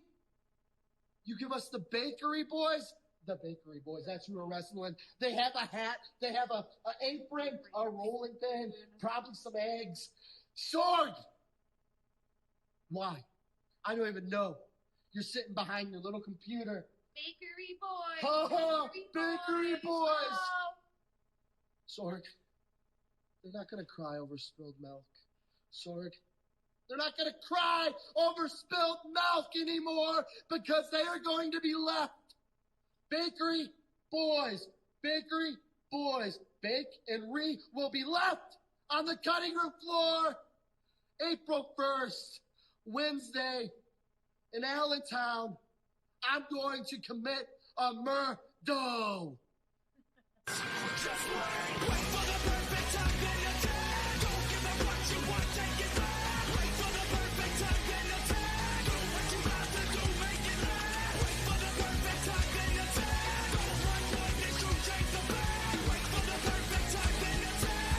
All right, roll for damage. Let's see here. That's gonna be a all right 30-20. Nice. What's the finish?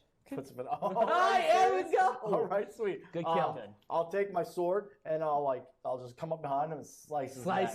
Much like that match. Yeah, like like just like that Yeah. match. Didn't you guys have that match? Remember at Sorg's 20th anniversary show? God, I can't believe I had to team with Tyler. What? I can't believe you didn't dress up like you all said you were gonna do. Hey, so we might dress up. Well, there was no might. You were supposed to. And I Listen- was the only one out there in costume. You were the in only one who had character. cosplay materials. And then you stabbed me. And I think he slit my throat. Yeah, I did. You guys should. Guys. I'm sorry. We're trying to play a game here. Like, Give us a second. We gotta handle this. No, We'll Let's settle handle this now. I thought you Yeah, said, yeah, you said what's the finish adjusted? I thought it was over. Yeah, but there's more. You know what? You guys are being real smart asses. You know, I'm still the DM of Top Rope Tabletop. Okay, but we're not talking about But you Top weren't Rope even there. Tabletop. You right know now. what? You think I can't do what I want to do and outside of Top Rope Tabletop? Oh, You know, yes. I'm sick and tired of this. Five-way. Oh, you know what? April 1st. I'm going to talk to Sword. Five-way. Fatal five-way. All five of you in a match. April 1st. No. I'm I'm way too old for this. I'm not involved in this. Fine. Four-way. You guys, four-way. I'm still the DM. You gotta figure it I'm out. still the DM. All right. And you know what? I'll call the match too. How do you like that, huh? I'll call the match. I'll show up. What do you? That way I'll make sure whoever wins, there'll be a finish. That's a good idea. I'll just take Yeah, this you're right probably gonna cancel the last minute. When have I ever done that? Okay. He Well, seems real upset. I mean, So I what think was- this is rather nice. What was your next turn gonna be? Because I think you were up next. What? Right? I had a booming blade, obviously.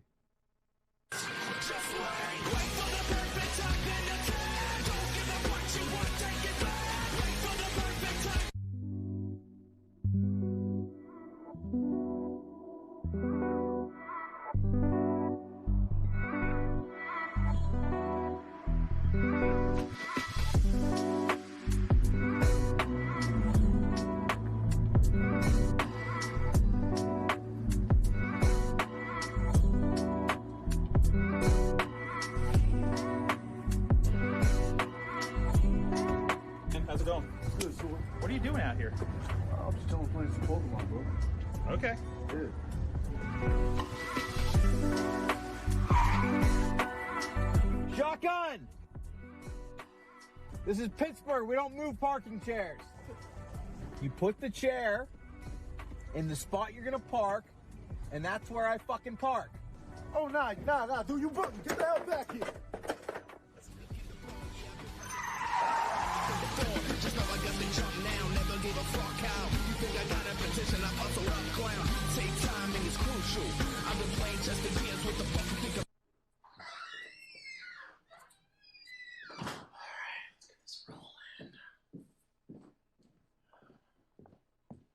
Calvin? Casey?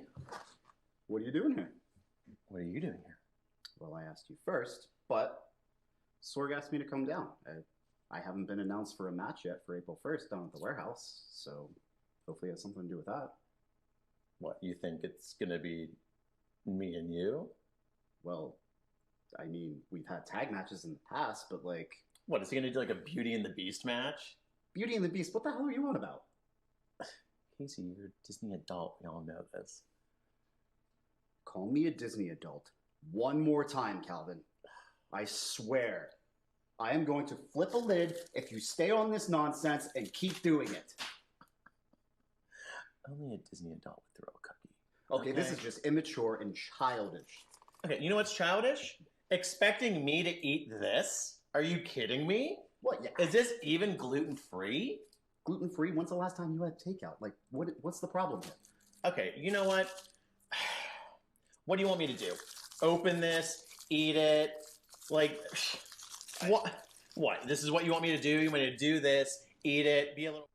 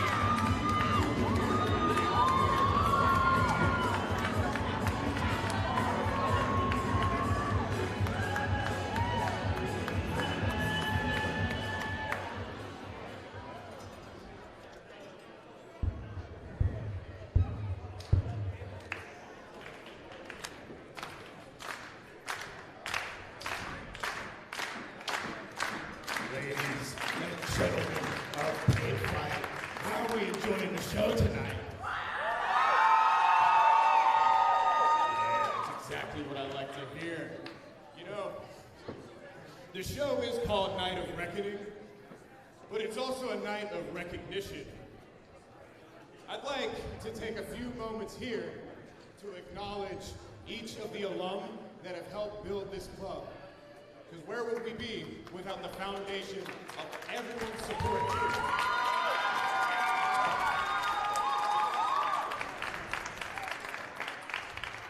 First off, obviously, Kyle Harper.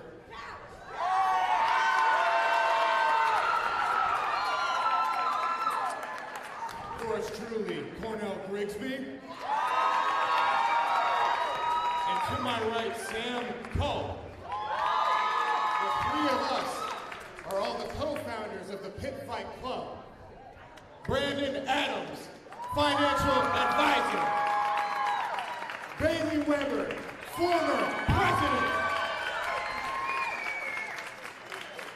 I love this time of year. It reminds me that magic is about to happen. And where would we be without the support of each of the alum? Thank each and every single one of you. And thank each and every single one of you for showing up year after year.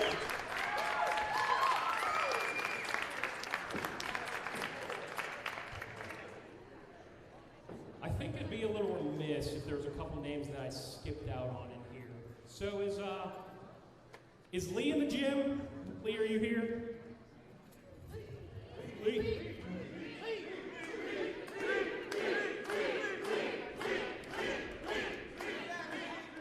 Well, I guess she's not here. Huh. Well, so I would like to say a few words about Dr. Lee Hoffman, our Dean of Student Life and Success. 7 years ago, Cornell and I pitched this crazy idea of Pitt Fight to Lee, and she went for it.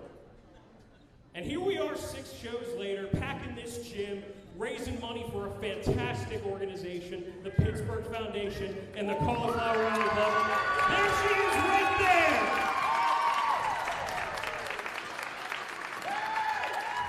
there! Without Lee, Pitt Fight would not exist. So Lee, thanks for dealing with us.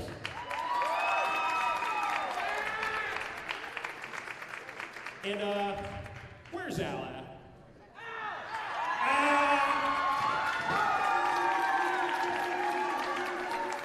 Anytime I have a question, whether it be when I was a student or when I worked in the same hallway as Al, he will always have the answer. He has helped us more times than we can helped us more times than we can count.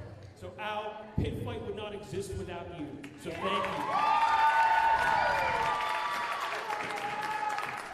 And a big shout out just in general to all the staff that came, especially the ones in the front row. Thank you all for supporting us.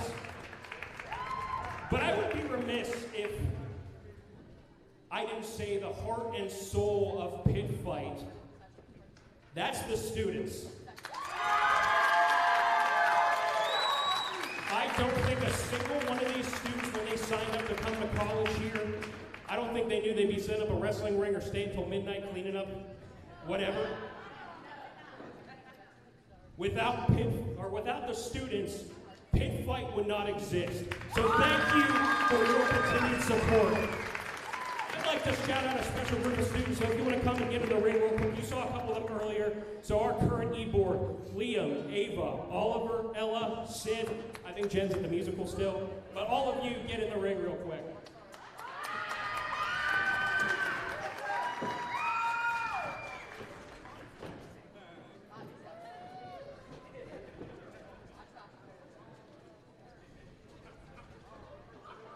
Don't fall on the steps.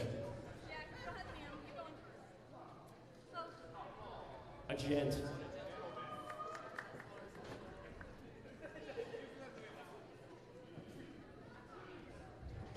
This group of students right here is the lifeblood of Pitt Fight. They have worked exceptionally hard to make this show a success, not only on our campus community, but in our community as a whole. So without them this year, Pitt Fight would not exist.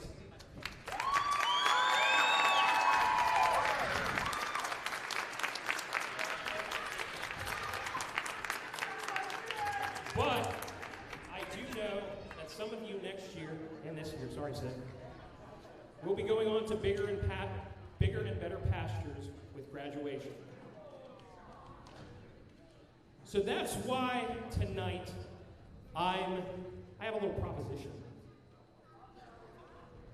Tonight, I am going to announce your Pitt Fight final exam. I want to see if what you all taught me stuck. So I'm going to be nice and give you 1 year to prepare because I am casting a gauntlet for a match at Pitt Fight 7. And what's going to happen is you 5, with the student body of Pitt-Greensburg on your back, are going to draft a team of 5 wrestlers. And the 5 of us here, with the entire alum who have built Pitt Fight from its foundation, will build a team of 5 wrestlers. And those teams will go head-to-head in a traditional 5-on-5 elimination match. And I don't want you to think this is just for bragging rights. I mean, when we win, it's going to be. But this will have implications for the future of the Pitt Fight Heavyweight Championship. So, at Pitt Fight 7, it will be Pitt Fight's legacy versus Pitt Fight's future, with the Pitt Fight Heavyweight Championship caught in the crossfire, the future of who will contend for it, that is. So, if you think you have what it takes to step to us, then Liam, get over here and shake my hand and make it official.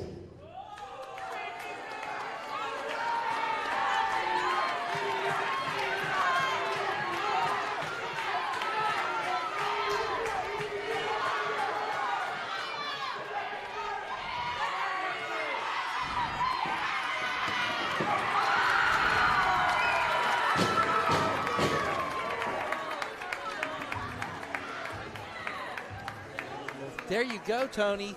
Starting after intermission, a huge challenge for Pitt Fight 7. Yeah. Club's divided here. Yeah, alumni versus current student body. 5-on-5. Each team will draft their team of 5 wrestlers in a traditional Thanksgiving extravaganza. We'll use that without cutting any copyrights, but a 5-on-5 elimination tag team match. And it's a series of survivors, so to speak, that the teams will be drafting. We will see as the year builds. Sounds like it's going to have some implications for our heavyweight championship in Pitt Fight. Well, speaking of implications, we now have the first ever birthday bash match. That's right, birthday boy himself, Rev Ron Hunt, taking on Gorgeous Gregory here tonight at Pitt Fight. Yeah, it's interesting that the Rev would want to celebrate his, I think, 57, 67, I don't know. Wow. Did you really just go there? I'm asking, how old is he? Like, he's in his 30s. Like a 60-year veteran, been doing this so long, spears people on the floors. You're still bitter over that. I will never give up. I will never hate that man with passion. I hate Rev Ron Hunt. You know, being hateful like that's very unhealthy. Don't care. All right, Pitt Fight unhealthy. 6 heads into the second half. It is now time for Rev's Birthday Bash. Scheduled for 1 fall with no disqualification and no countouts, and with presents placed all around this gym, and whatever those presents contain, they will be legal to use on your opponent. I mean, I never got a cake for my birthday, so Rev already has a cake there. That's not true. So many weapons, so little time. Also, that's not true. I know. Introducing from New York, at 230 pounds, he is Gorgeous Gregory. A couple things. First of all, Gorgeous Gregory making his way to the ring, trying to play spoiler against Rev Ron Hunt on his birthday bash extravaganza. Secondly, I do remember a few years ago being part of the Freak Show and giving you a cake for your birthday, all the way up in Altoona. That was a forced cake. I didn't really get to taste you it. Did get cake. It's still in my nose. Gorgeous Gregory channeling his inner cowboy. I never thought. I mean, he makes it look good though. Yeah, it makes it look good. I guess cowpoke is rubbing off on him. Of course, those two have been a little bit closer over down in Uniontown. Situations like that. A little closer, yes, but I will say this about the Gorgeous one. He can make anything look good. Cocky, arrogant, and brash he is. But also, always wants to be known as the main character in the show. Generational talent. I mean, the guy has it all. To quote another commentator friend of mine, Jason Gray, one of the, how can I put it, best looking, best developed young talents here in this business. Yeah, to quote Jason Gray, let me make something up. When you quote something, you're supposed to quote it. I did quote it. Yeah, but you stuttered a lot. It's embarrassing. I stutter a lot. That's true. That's fair.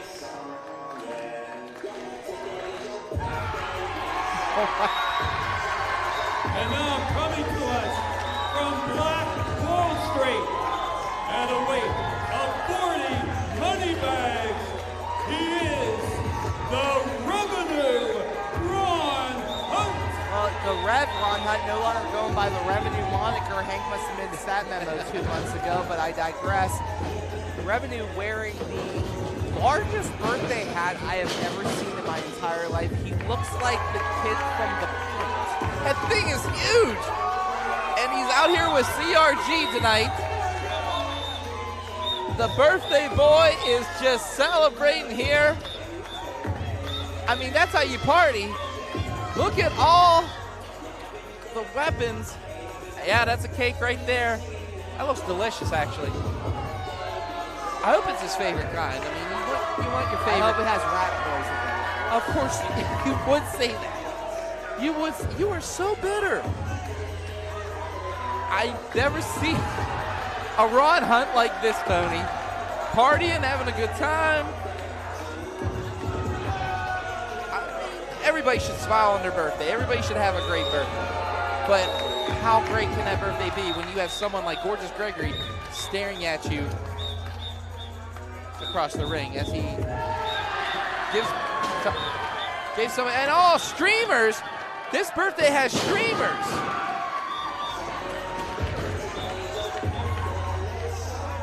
Wow, could we have thrown streamers worse? I am just nails Padre right in the back with the streamer. That is insanity. I wouldn't mess with Padre. I would not mess with Padre. Padre managed the NWA Tag Team Champions back in the day. He was able to contain a young Paul Atlas, and that alone is an accomplishment. But you know what? It's an accomplishment, first of all, cleaning these streamers out of the ring. The 6th Pitt Fight, man. It has been 6 years going strong here. And then tonight, all these matches, these fans are going to remember it. All this proceeds to benefit the Cauliflower Alley Club, and of course, the Pittsburgh Foundation. Oh, yeah. This is a great cause. Pitt Fight always donating to a good cause here. A great cause, excuse me. But tonight, wow, this crowd, you can hear him loud. Rev getting fired up, and turn around. Gorgeous Gregory with a surprise of his own and starting this match off violently with the Rev Ron Hunt. Yeah, remember everything on the birthday table. The potpourri is legal, and it is in front of us. You are going to see us a little bit. I'm unhappy about it, but what can we do? That's right, and as you can see, the Gorgeous one already taking it to the Rev Ron Hunt. A generational talent. Oh, come on, that's his hat. Why would you want to smash the birthday boy's hat? Then again, I get it. This match has been talked as Rev's birthday bash. I can understand the jealousy, the anger, the ferocity that builds within Gorgeous Gregory. I mean, you want to, if someone's going to make a big to-do about their birthday to an embarrassing level like the Rev's doing right now, you kind of want to play spoiler to it. Well, the only one being embarrassed right now, Tony, outside this ring is Gorgeous Gregory, as he is just getting chopped and hacked by one, Ron Hunt, and using that streamer to his advantage is Gorgeous Gregory. Oh, there's a broken metacarpal right there. Yeah, that's going to sting one of them digits. Them digits be broken. And now, Ron Hunt, oh no, fans getting involved. Ouch! That was 2 hands across the chest. Good Lord. Oh boy, they're coming over here now. Them big old bear paws going right across Gorgeous Gregory's chest, making the Gorgeous one's chest a little less gorgeous. Still gorgeous, just a little less. I was wondering where the cake went. It's over here. You would be focused on the cake, wouldn't you, Doc? Don't judge. It looks delicious. It's Gorgeous Gregory. I'm going to actually call wrestling if you don't mind. So Gorgeous Gregory now slamming Rev Ron Hunt's face into the hardest part of the ring, that corner apron shut up.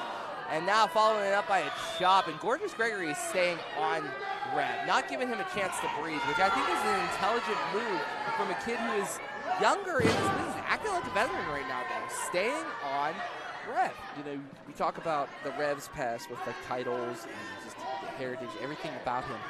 Look at Gorgeous Gregory, what he's done so far in such little time that he's been in this business. I mean, he's had multiple championships. He has been looked at. He's actually been put up against some of the best in his business. Yeah, of course, Exodus came calling, and Gorgeous Gregory answered the call. And now again, oh no, Pitt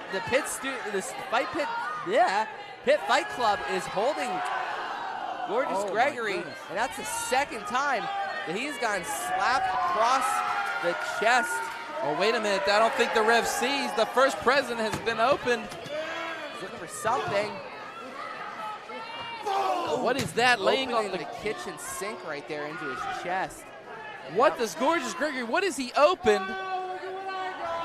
Is that a plunger?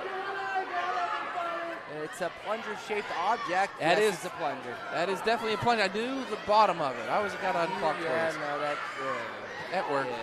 It's not No, fun. that's not what he wanted, though. No. And maybe we expected it to be a hammer? He might have got a little grossed out by it. I mean, it is a plunger. So let's see what number 2 brings here. What in the heck? Neither do I.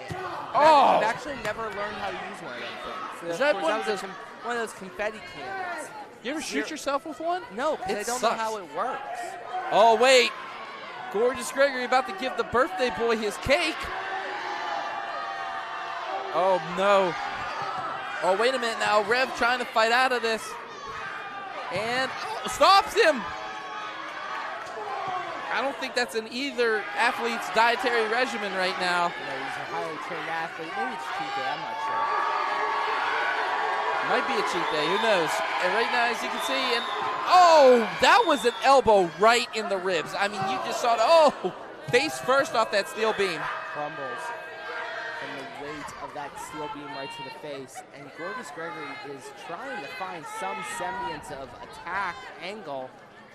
And now, doesn't seem like any of the gifts are really screaming gorgeous to him. No, but we have that big one in the middle. I'd like to see what that is. And oh, what a big clothesline by the Gorgeous one. And just took Rev right out on his feet. Rev could be out right now. I mean, knocked out. You can see the glaze in his eyes right now. You were talking about glaze in the middle of the birthday back. I wasn't. Another weight check. I appreciate it. As right now, you keep giving them. I do keep handing them over. But Gorgeous Gregory in complete control of this matchup. Oh, are you serious? Channeling his inner Florida native, you could say. As right now, 5 minutes gone. 5 minutes. Ron Hunt trying to fight back here. A couple shots of solar plexus. It was a send him reversal by Gregory. Oh, and a flying back elbow. Could that be it? And Rev kicking out just in the nick of time. Only a 2 count. Gorgeous Gregory looks like he is trying to devolve this birthday batch into a wrestling match. Love it. Huge fan of it. You have the advantage to use some of these tools. Yeah, you might not know what the poppers do, how to work them, but find an advantage somewhere. Find something. Like the streamer I just mentioned, that was more of a blessing than it was a curse that time, though, Tony, especially for Gregory as he's starting to wrap that around Hunt's neck. And also using that forearm to take out his eyes, take out any kind of sight the Rev has. Gorgeous Gregory, very well known, subscribing to Kenny Omega's school of thought, shaving that hair down to a buzzsaw level. And now, and he throws it into the crowd. Somebody's getting pink eye here tonight at Pitt Fight. And now choking him right on the second rope. That was Don't wipe your derriere or something and throw it at something. Yeah, but the Come pink on, eye man. joke, like you were in it. Clearly you were. I'm in the wrong. You know what's wrong right now is what's happening in this matchup. I mean, there's plunder everywhere. Streamers. Gorgeous Gregory is taking advantage. Maybe this birthday has kind of thrown the Rev off of his game. I mean, turning it's not 40. Oh my God. Maybe he's having a midlife crisis in the middle of this match. Tony, if he hears this later, he's going to be really, really mad at you. What is he going to do? Spear me into a basketball floor? I've been there. He's done that. All right, what does Gorgeous Gregory have open here tonight? Another gift is he keeps taking these skinny ones. Yeah, go for the obvious cookie shaped one. Is that I think a vuvuzela or a lightsaber? Oh, it's a lightsaber. Oh my goodness. Gorgeous Gregory about to use the force here on Rev. Oh my goodness. Channeling his inner Darth Vader as he starts to choke the Rev with that lightsaber. What hilt is that? He's bending it. Never mind. It's not working. It was Vader's hilt. I could see it from here. Yes. Yeah. Oh, yep. There's the mace head. I've been a fan of Star Wars since the 70s, and he is definitely choking the Rev right there. Saw A New Hope at the age 33 in your 70s. Actually, he was made before I was born, thank you. As right now he is just choking Hunt with that lightsaber. It could be it right here. Remember, nothing. Oh, wait! There's still life left in the birthday boy. As right now he is trying to come back here. You can see the lightsaber is actually still lit. My goodness. Gregory trying to behead the Rev with that lightsaber, but no, there is fight left in the Rev. Ron Hunt. Pitt Fight. Oh my goodness. Again, utilizing anything he can and just taking away any power that the Rev has. And oh my goodness. And this is why they call him a generational talent right there. He knew what to do when the going got hot. What is it? What? He looks like he's about to stab. No! That's gonna. Oh, he stabbed his eye. Jeez! Never seen a lightsaber used like this before. I did, but I was 6 and my brother ticked me off. Nevertheless, it is a vicious way to use a toy. And that's why they are labeled for ages 3 and up, ladies and gentlemen. Yes, 3 and up. Have you ever been... I know you've been hit by your brother, but you've been really whacked like that right there across the back? Good yes, Lord. That is how, I think most people have broken their wrist that way. Yeah. Like that is literally, nothing hurts worse than your first lightsaber across the side or the back, as Rev is finding out right now. Gorgeous Gregory was going episodes 4, 5, and 6, but no. The Rev Ron Hunt about to bring the prequels back as this big fight over this lightsaber, and oh no, here he broke it across Gorgeous Gregory's back. That is a strong back. Right across the forehead. Ron Hunt just takes out Gregory. And now Gregory begging, pleading. 10 minutes. Here they go. The Rev still has that lightsaber. And oh my gosh. Gregory with the clothesline and taking out the Rev. My goodness, he came like a bullet and just took out Ron Hunt. Gregory came out of his shoes to deliver that, and now Gorgeous Gregory going back to our table looking for something, and we're gonna skip. Well, it's anything that was near the table or around the table. A steel chair does count. And you know what? I kind of agree with Gregory. The shenanigans need to be over, and he needs to put Rev down. This has been going a little bit too much fun. Gorgeous Gregory is a highly trained athlete. It's time to take the jokes away. Beat up Rev. Tony, you took the words right out of my mouth. I mean, he wants to go for it. Oh, wait! That backfired! That top rope just pretty much reverbed that chair right into the forehead of Gorgeous Gregory. You see the marks on his head where the chair hit. Put all his force into the chair. Now he's wearing the hat. He might not be here right now. He might be knocked a little for 6. I think he kept hearing the happy birthday, and now he thinks he's at a party. He just got knocked so hard. Big clothesline. And now the Rev's starting to get fired up here. Big splash. Takes him full Nelson. 1, 2, no! That was a full Nelson, basically right into a Uranagi. And my goodness, just drove Gorgeous Gregory, but it wasn't enough. Yeah, full Nelson Uranagi right there. And now Rev is feeling the rhythm, feeling the revolution, trying to get Gorgeous Gregory doing the smart thing, getting to the edge. Can't be pinned outside. It wasn't part of the rules. And now hanging him up to dry on that top rope. You notice that Gorgeous Gregory has an answer for everything Rev has brought. Yeah, oh, we're going for the big one. There you go. Go for the big one. That has to be something big. That has to be something powerful. That has to be a painful thing. Look how big it is. I mean, people did buy Rev some presents here. I wonder what it is, though, is the question. What could it be? What the heck? That's a piñata. It's a creeper. It's a creeper piñata. It's Gorgeous Gregory doesn't play video games. He doesn't know what that is. Yeah, that's going to be a gift. That's going to be a gift. That is,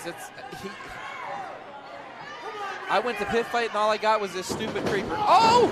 Kicks him! Oh boy. The Rev has that piñata and oh! Candy everywhere! Candy everywhere! And the kids come running! I didn't even see it. Was it full? Yeah, focus on the match, though. Seriously. I am. It's not even a joke anymore. I'm going to call your turn. And right now, Gorgeous Gregory, a little dazed from that shot, has him. Book of Rev.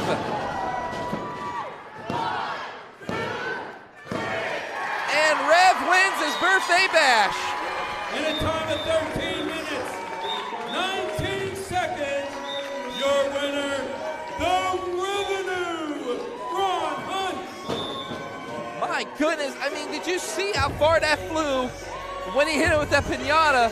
But again, the Rev victorious here tonight at Pitt Fight. Lots of love for the birthday boy. And now, wait a minute. Coming over to Gorgeous Gregory. Oh boy. Oh, he is begging for forgiveness. Big punch, and now. No, Rev, that I know from experience that it takes years to get that out of your clothes. Oh, here we go. He didn't even get candles. Oh, no. And Gorgeous Gregory getting an after-match snack with that cake.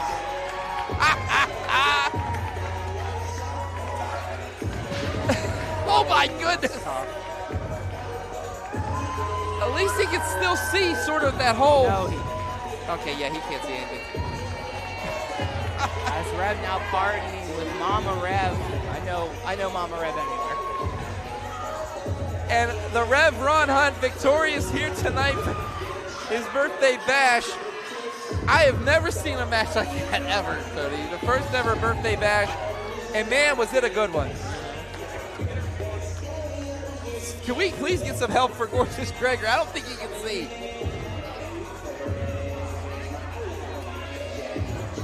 So, the question to you is this. Do we see another birth? Do we make this a tradition here? I hope not.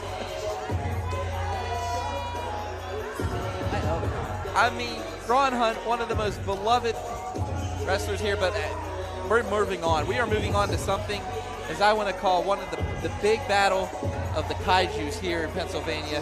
I'm talking about the Black Sheep Bennett Cole getting one of the biggest matches of his career against one Big Con. Big Con, of course, recognizable, of across the world, has been seen in dang near everything you possibly can be seen in. If you watch wrestling on television, a former tag champion, NXT tag champion, has held multiple titles in multiple areas, and is one of the most physically intimidating men I've ever seen in my life. Yes, I mean, Big Con, I mean, his resume speaks for itself. Himself and Victor, once in the Ascension, ran roughshod all over wrestling as its own. Now I mean, look at everything up there. Like you can see right here on the But TNA. now a singles competitor. All right, Pitt Fight 6 Never mind. keeps on rocking. This will be a one-ball contest.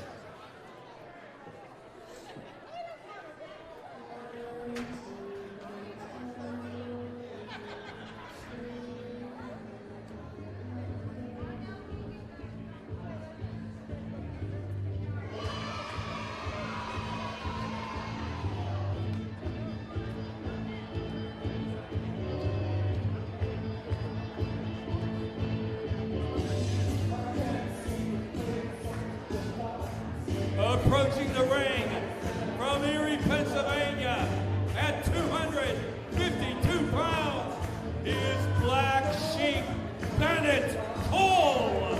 Bennett Cole making his way to the ring, claiming that he is God's choice here tonight to destroy the one Big Con. That's a big, big ask. I mean, that's a big statement. You gotta, when you use those words, you gotta back them up. And you're backing up against someone who's been to the show. But take nothing away from the Black Sheep. No. I mean, take nothing away from him. I mean, again, biggest opportunity. The man knows what he has to do. He has to lock in tonight. He has to get that mean streak that we've both seen, Tony. We've seen him just basically send people to the hospital. Not just basically send them to the hospital. Send them to the hospital. He's a psychopath. He can kill them. He's a killer. So is this man. Man needs no introduction in the wrestling world. And now, from Grand Rapids, Michigan, standing 6 feet 6 inches tall, at a weight 280 pounds. He is one half of the longest running, still to this day, NXT Tag Team Champions. He is a former NWA, former TNA, former WWE superstar, straight from your mama's bedroom, Big Con! Big Con here at Pitt Fight. I thought I'd never see it. Look at the size of this man. Yeah, Hank said that he was 6'6". That's a lie, okay? Huge. I know.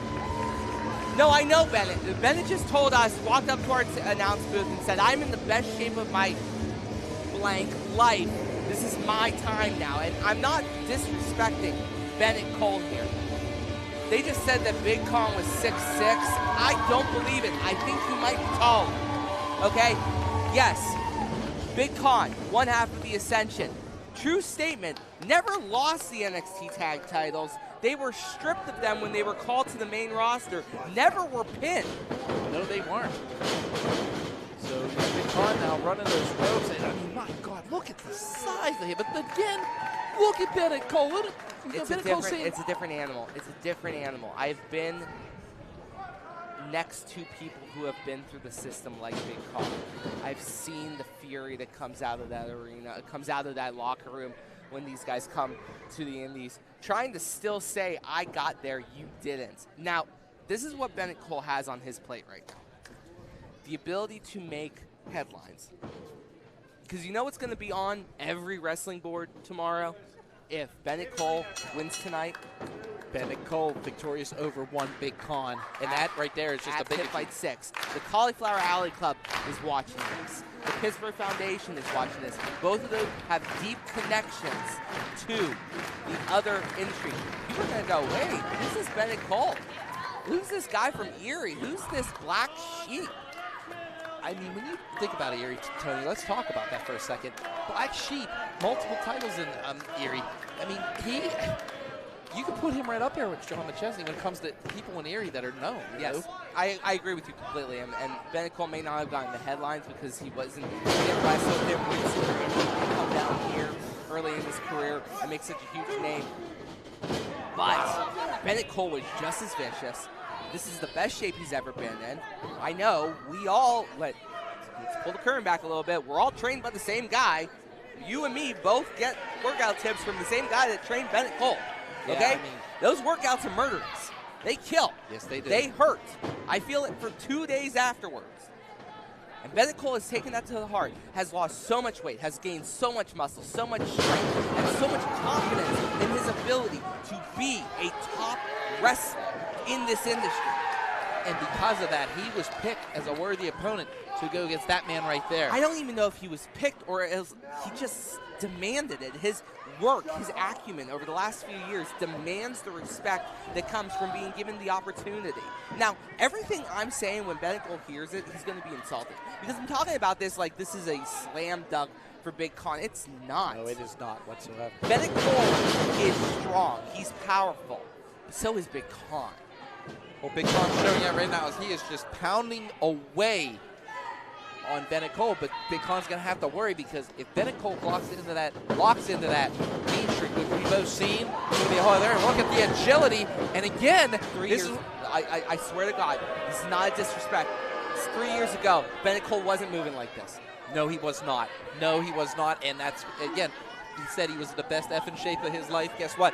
We just saw it right there. That man right there, that man right now, that's the best looking Bennett Cole I've ever seen in my life. That is a threat to every heavyweight championship that he stares at. You're right.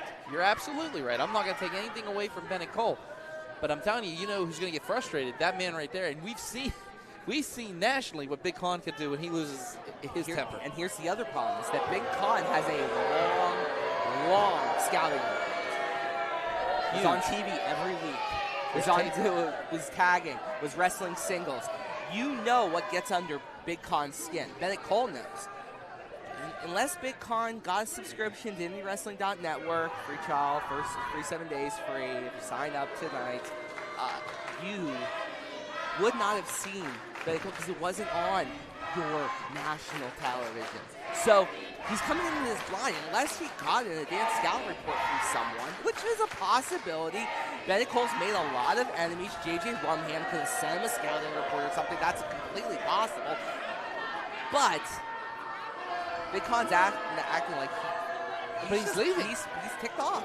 Leaving. Bennett Cole is. These are mind games. These are some pretty strong mind games right now. And Bennett Cole has done some mind games in his time, as right now he's, breaks the count though. Okay. Yes, Bennett Cole's in the best shape of his life, but then go at them. I mean, he knows how to play Big Con here. And like you said before, Tony, there's so much footage that Bennett Cole could have studied. Go at him. And, into the midsection now. And Con now, big right. Actually crossed the eyes of Bennett Cole going in and, misses him. And now takes out the Big Con. My goodness. But didn't take him to the ground. Big Con got on his feet and he's a little shaken, but not out as he drags Bennett Cole out of the ring, and now we're throwing. These guys just throwing left and right. I mean, did see what Black Sheep said earlier, online on the Pitt Fight Facebook. He just went off saying that he is God's choice. As you can see the clothing too, the white that Bennett Cole is representing, he says, I'm the light and I'm going to bring Big Con out of the dark. Oh my God! Senton in a beauty from the apron, taking out Big Con. Oh my goodness. That aerial attack, such an improvement. Well, he just said, who's afraid now? And you can see his elbows a little scraped up, but not the worst for it. I guarantee he doesn't feel it. I guarantee the adrenaline has run through his head. He is mere moments away from being able to say, I beat Big Con. That is a huge mark on your resume. But Big Con is not ready to go down yet. Big strike. Oh my goodness. Those strikes are vicious. And Big Con now just going at the Black Sheep. Oh my God, I felt that from here. Big Con gaining back some control here and just sending everything but the kitchen sink at Bennett Cole. Every strike with purpose, with venom in it. Oh, right across the back. And now Bennett Cole to his hands and knees. I mean, a lot of people wanted to see this because now Bennett Cole, oh, wait a minute. Bennett Cole trying to fight back now, but again, Big Con, oh. You can see the pain on Cole's face, but that's just, I can see Bennett Cole, that buildup, that adrenaline starting to kick in maybe. And now,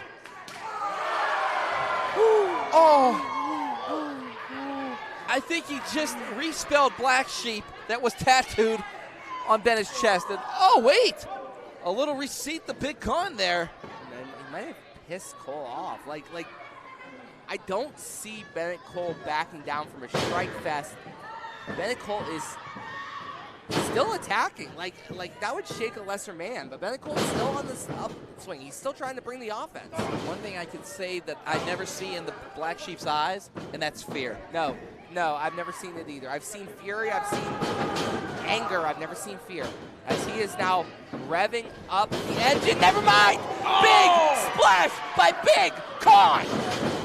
And now, followed up by Bennett. Bennett Cole, though. And again, Big Con. Oh! He's out. He's out. He's Jesus. out. That forearm strike was delivered with focus right across the eyelid. Oh my God. I mean, Tony, he went charging in and just took out Cole. Oh! Standing leg drop. Just driving. Snap standing leg drop. His leg drop is a thing to behold. It is so quick and so vicious. And he just delivered two of them right across the chest. Oh, are we going for one more?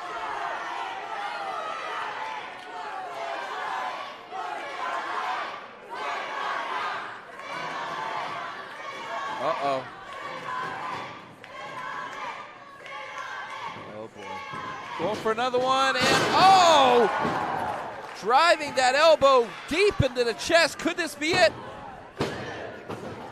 Only a 2 count, which is impressive and surprising, but look at the face of Bennett Cole. He looks like he has been put into a... Wait a minute, Bennett Cole has something. No, and now Mark Charles III catching him with that illegal object, that chain, and oh! Shot to the midsection, has Con up and oh! Black Sheep slam. What the? Wow, very. 2. I don't want to be the one as that 2. Mark Charles III calls that a 2 count. I don't want to be that one, but maybe a little bit of the showboating might have cost him because Big Con's back up. And he has a handful of the throat of the Black Sheep. Must come down. Oh! Choke slam and a beauty. Big Con victorious here tonight. And in time, 9 minutes, 14 seconds, your winner, Big Con! Big Con victorious over Bennett Cole, but to take nothing away from the Black Sheep, he brought it all.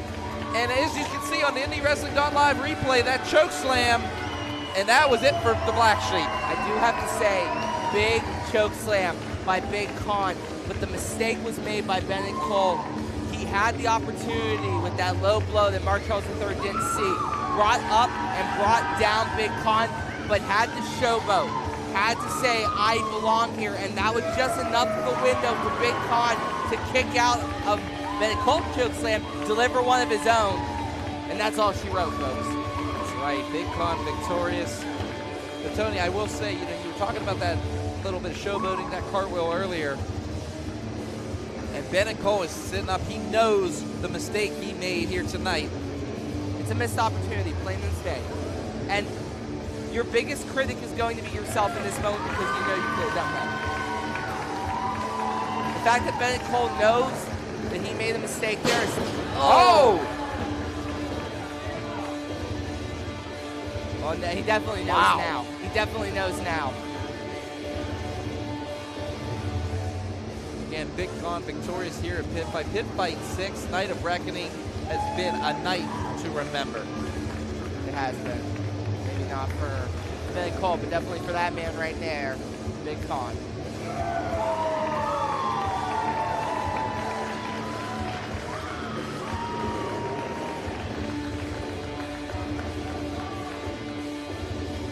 We're moving on, folks, to the Pitt Fight Tag Team Champions.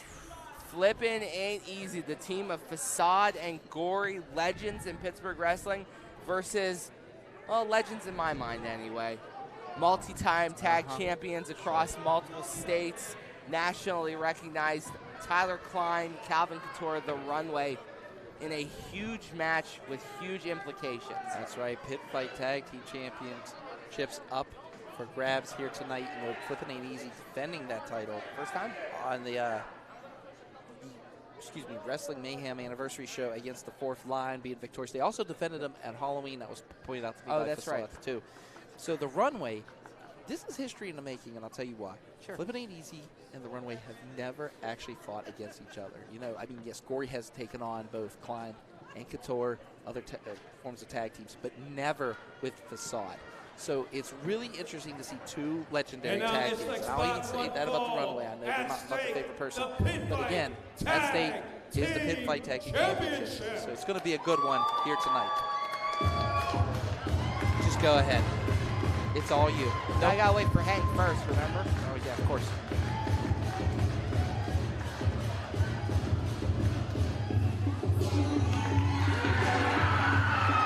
Introducing the challengers and ranked #1 contenders, straight off the catwalk, weighing 48 karat gold.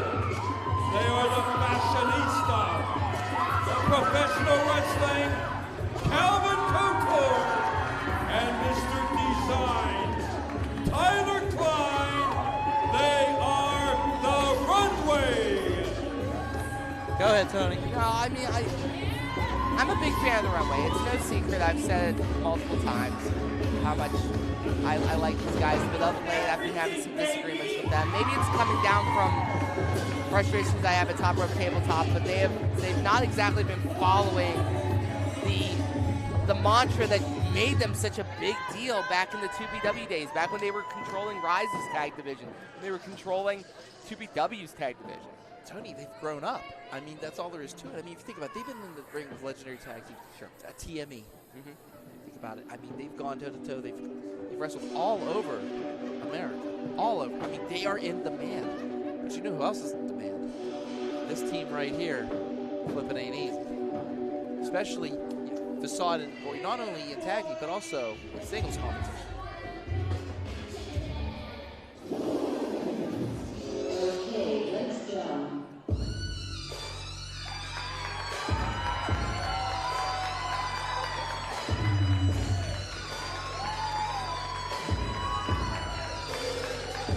Now introducing the defending Pitt Fight Tag Team Champions, the team of Flippin' Ain't Easy. That's right. Individually from Pittsburgh, Pennsylvania, the Neon Ninja Facade. And from Ogden Marsh, the New Age Plague Gory. Okay, we can go now. Okay, so Gory and Facade, one of the singles-wise, they are some of the most talented wrestlers I've ever seen in my life. As a duo, they were one of the most talented tag teams I've ever seen in my life. Reuniting after last year with the big announcement of Flippin' Ain't Easy coming back last year at Pitt Fight 5, now Pitt Fight 6 defending the titles. That's right. And they've defended it a couple times before, but now they're defending it in Pitt Fight for the first time since they won it last year. They have home, so to speak. And Tony, you're absolutely right. I mean, you think about, when they're talking about Katie Arquette's streak, look at this streak. I mean, don't get me wrong. It's not as impressive as Katie's, but it's young. It is. And as you can see right now, the Runway, giving respectful space to Flippin' Ain't Easy, and right there, Facade showing why they have that name. I remember talking a long time ago about Tyler and Calvin about how the style of Gory, the energy that Gory and Facade bring into the tag division is something that they admire. That being said, their fashion choices are atrocious. And I don't disagree with him, but like you said, maybe they're a lot wiser, maybe they're a lot younger. I would argue that there is a possibility that the hunger that the Runway had back in 2020 when we were dealing with... Wait a minute, that music... No. What is this? IMAX?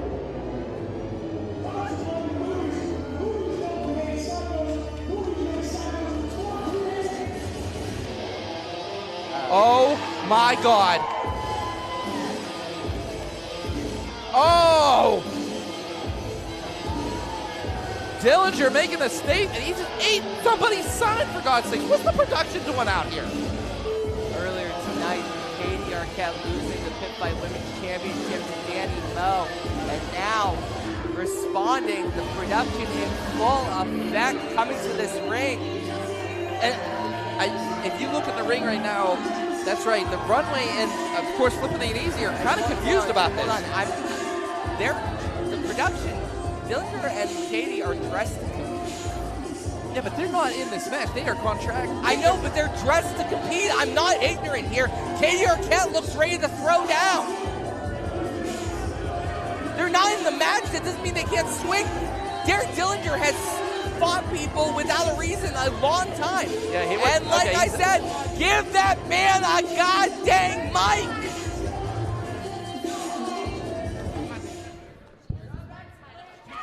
Shut your mouth. As I stand in Pitt University in Greensburg, Pittsburgh, Pennsylvania, I sit here and I see that you guys can't afford to be even in the city. Wow.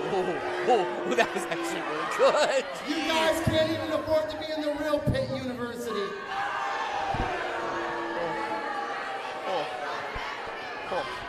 Obviously, it's pretty apparent these idiots gotta get bussed into here.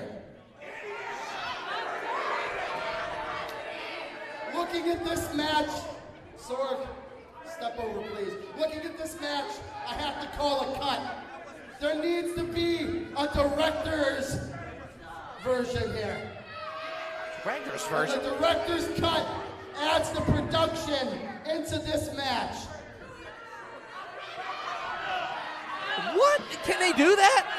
I mean, there wasn't even a contract signed. If How Derek can they do that? If Derek Dillinger says this isn't fair. All right, tough guy. You want a piece?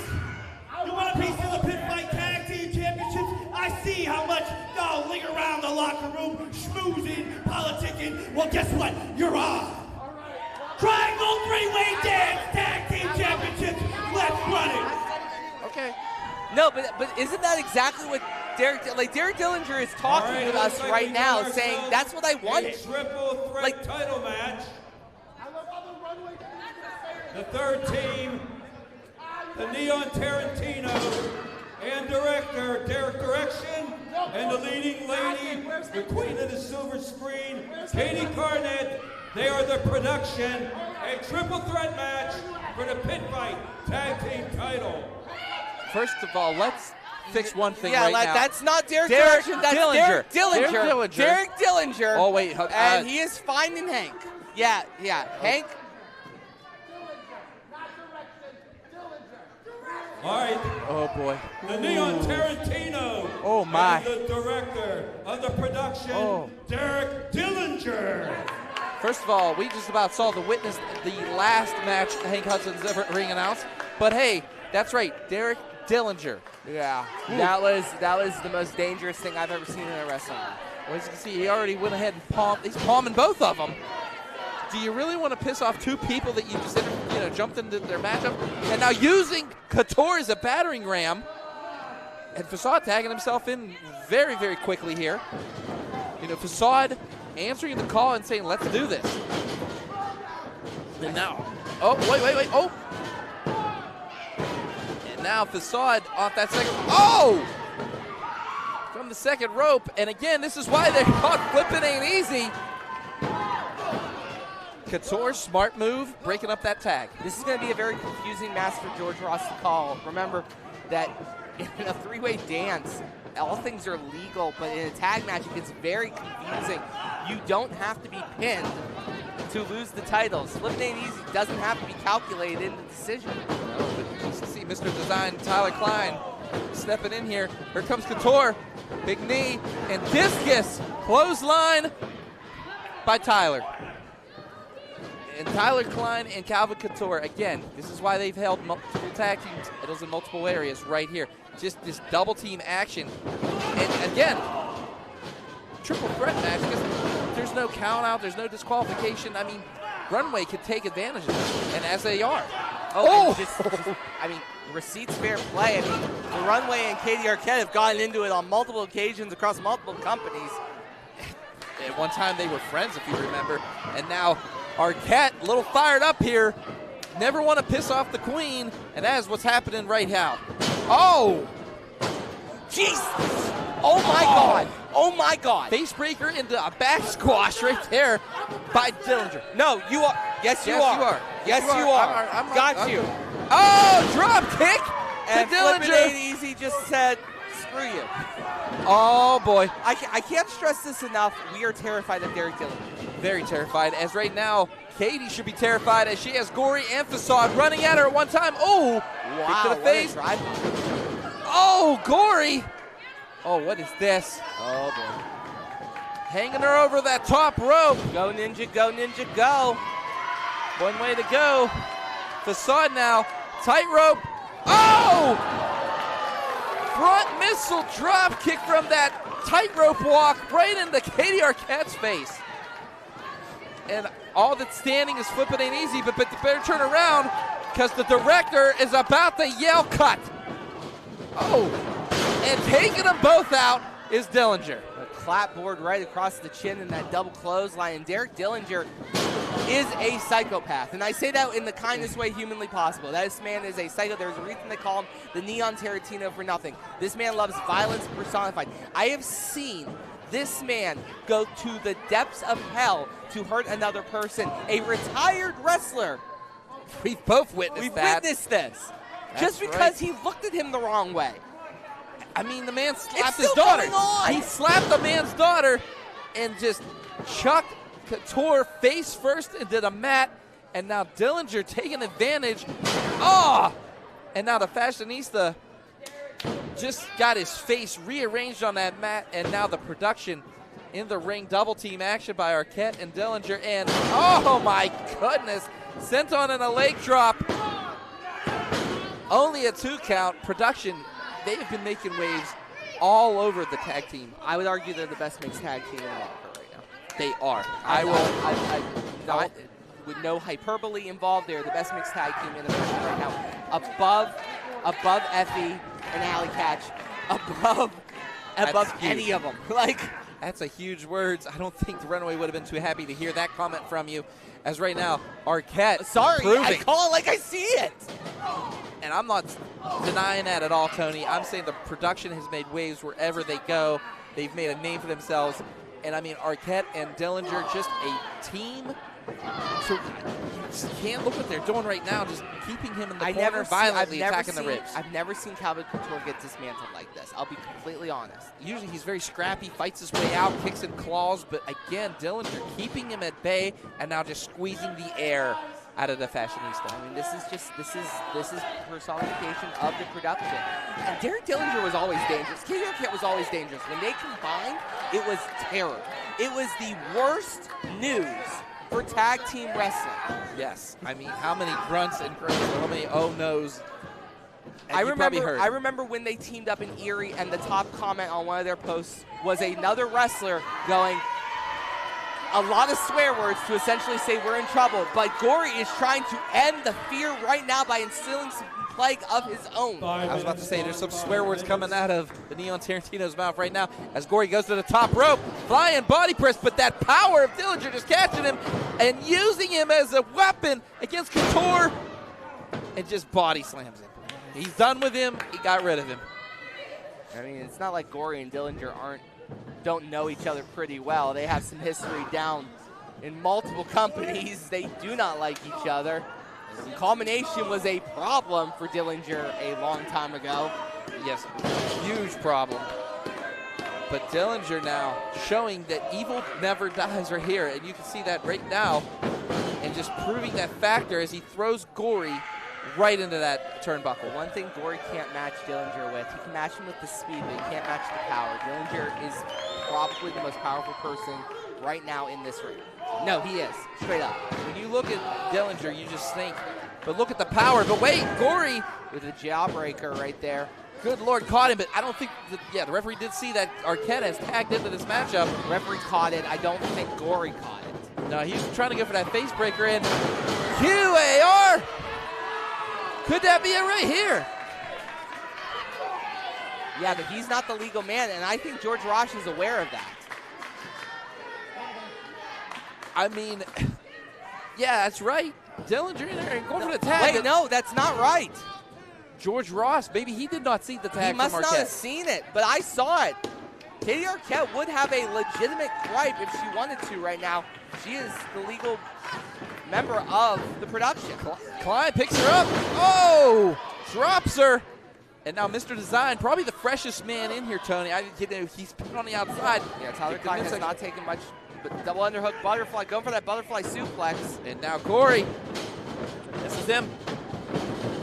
Off the ropes, and oh, double clothesline, both combatants down. Crash and burn right there, and that is a problem for the runway, because that was their freshest man. Now everyone except for maybe Facade might be at half health. Here we go again. IndyWrestling.live replay, both of them taking each other out. Yeah, I mean, that, and again, like I said, Facade might be the freshest person in this ring. Everyone else might be operating at 50%. Tag to Calvin Couture, tag to Gory, and now the legal participants are Calvin, Katie, and Facade. That's right, Facade. Oh, big four. Wow, that knocked her right on one knee. Little glazed over. Couture has her up. TKO using Katie as a weapon. What a maneuver by Calvin Couture. And now Facade blocks it. Smart move by the Fashionista grabbing that top rope, but a Facade, oh! Spinning back heel kick knocks Couture out. And Facade's the only one standing. Yeah, I mean, we have ourselves one hell of a contest here, but oh boy. Oh, this is right in front of us. Heads up! Facade, oh, shoot! Taking out everybody. Good Lord. And there is nobody standing but Facade right now. Gory back up. And that, my God. And now throws Arquette back in the ring. Arquette is legal as long as I can remember. And now Gory being pulled down was going to try to assist. Oh, but wait. Facade has her back. About to do something here, but no. Dillinger saving Arquette. And Arquette scratched his eyes on the way down. Brilliant maneuver by the production. And oh! Good Lord. And that's a wrap. Maybe. No, wait. Gory biting. Not yet. I thought he was. I saw his head, Tony. Nope, excuse me on that one. I am. Dillinger. Up. That wheelbarrow, no. Catches a face breaker. Oh, my God. He's dead.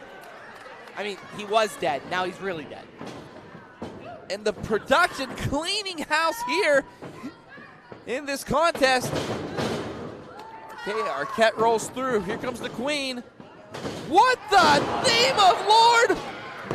1, 2, no. And I think George Ross is going to have to call lax rules from this one. And whoever pins wins. Like this has gone chaos. There is no way to keep track of legal men here. I mean, of all the 3 tag teams we've seen, these 3 right here, you know there's nothing but chaos. Yeah, just let it roll. They thrive on it. And you know who's thriving right now? Dillinger. Duck under, though. Runway catches him. Oh, and now Dillinger thinks he's directing another movie here as the runway, oh, needed a back of the head, needed under the jaw. Could that be it right here? Double drive-bys. Facade breaks it up. This is chaos. This is chaos. I'm a professional. I can't keep up with this action. This is chaos, but this is also professional wrestling at its finest, folks. Again, a triple threat match for the Pitt Fight Tag Team Championships. And there's a bite right there. Oh, takes a chunk out of Klein's face. Flying Enziguri. My goodness. And now, Couture in trouble. Go for that torture rack double stomp combo. Oh my gosh. Stomp. Oh! Taking both of the runway out and, oh, on his own partner. No! The runway showing intestinal fortitude and kicking out. My God, no quit in Klein and Couture. Was that, someone needs to correct me, was that a burning hammer slam into his opponent? Yes. Okay. I thought I was losing my mind. Here we are. I mean, flipping ain't easy, and neither's calling some matches like this, especially with these guys. So innovative. Oh my God. Oh, no. Oh, no. Oh, his leg went out. Gory holding that knee. And now going for that fisherman suplex, locked in. Only a 2 count. Barely able to kick out, and I think Gory's seriously hurt after that. His knee just buckled on the middle rope. You could see it, his ankle slipped through too, so it could just be an absolute tearing of dang near everything in your leg. But spears her own partner though. Oh no, the production's falling apart. And now Couture smacking her in the butt. Shades of last year. Oh yeah, that's right. And now checking her out of the ring, and all that's left is Dillinger. Catches. Oh! That might be it. We might have new tags. Runway wins. In a time, 12 minutes, 11 seconds, your winners and brand new Pitt Fight Tag Team Champions, the Runway. The Runway victorious here, and your new Pitt Fight Tag Team Champions. And the factor being the production, as you can see right here, catches him. So last season. So last season applied here on the IndyWrestling.us replay. 1, 2, 3, you have new tag team champions. My God, Tony, if you're flipping ain't easy, what is going through your mind right now? Fury. I mean, they were one move away. If Gory doesn't slip, if Gory doesn't jam his knee for that double moonsault together, and we saw them do that in their reunion last year. It is a devastating maneuver. Just slips, shatters his ankle maybe, shatters his knee maybe. We're gonna have to get the doctor's look on it. They're still tag team champions. Runway capitalizes, Runway wins. I mean, we've seen them capitalize before with triple threat tag team matches, and they know what they're doing. They've held titles in how many areas? And as you can see, Facade actually giving credit where credit's due. As you can see, Gory trying to work that knee. I mean, my goodness. I hope he's getting medical attention in the back. But again, one more time, congratulations to Mr. Design, Tyler Klein, the fashionista, Calvin Couture, the Runway, your new Pitt Fight Tag Team Champions. Now, moving on, we now have a #1 contenders match for the Pitt Fight Championship. Of course, John McChesney, Big League John McChesney, taking on not only Cowpoke Paul, but the legendary Super Hentai. Yeah, the graphic has not been updated. These TBDs have been indeed, and they are Cowpoke Paul and Super Hentai. It's an interesting matchup. You know, a couple years ago, you and I got to call John McChesney versus Super Hentai for the 2PW World Championship.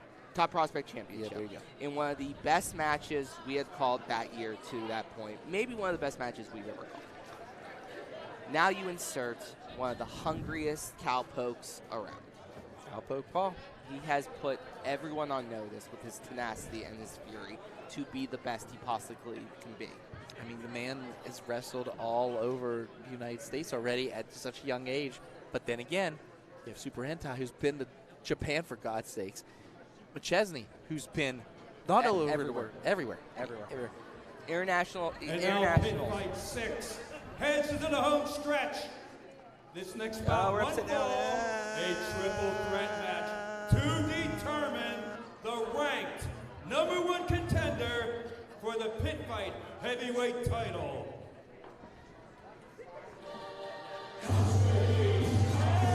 upside down from the side.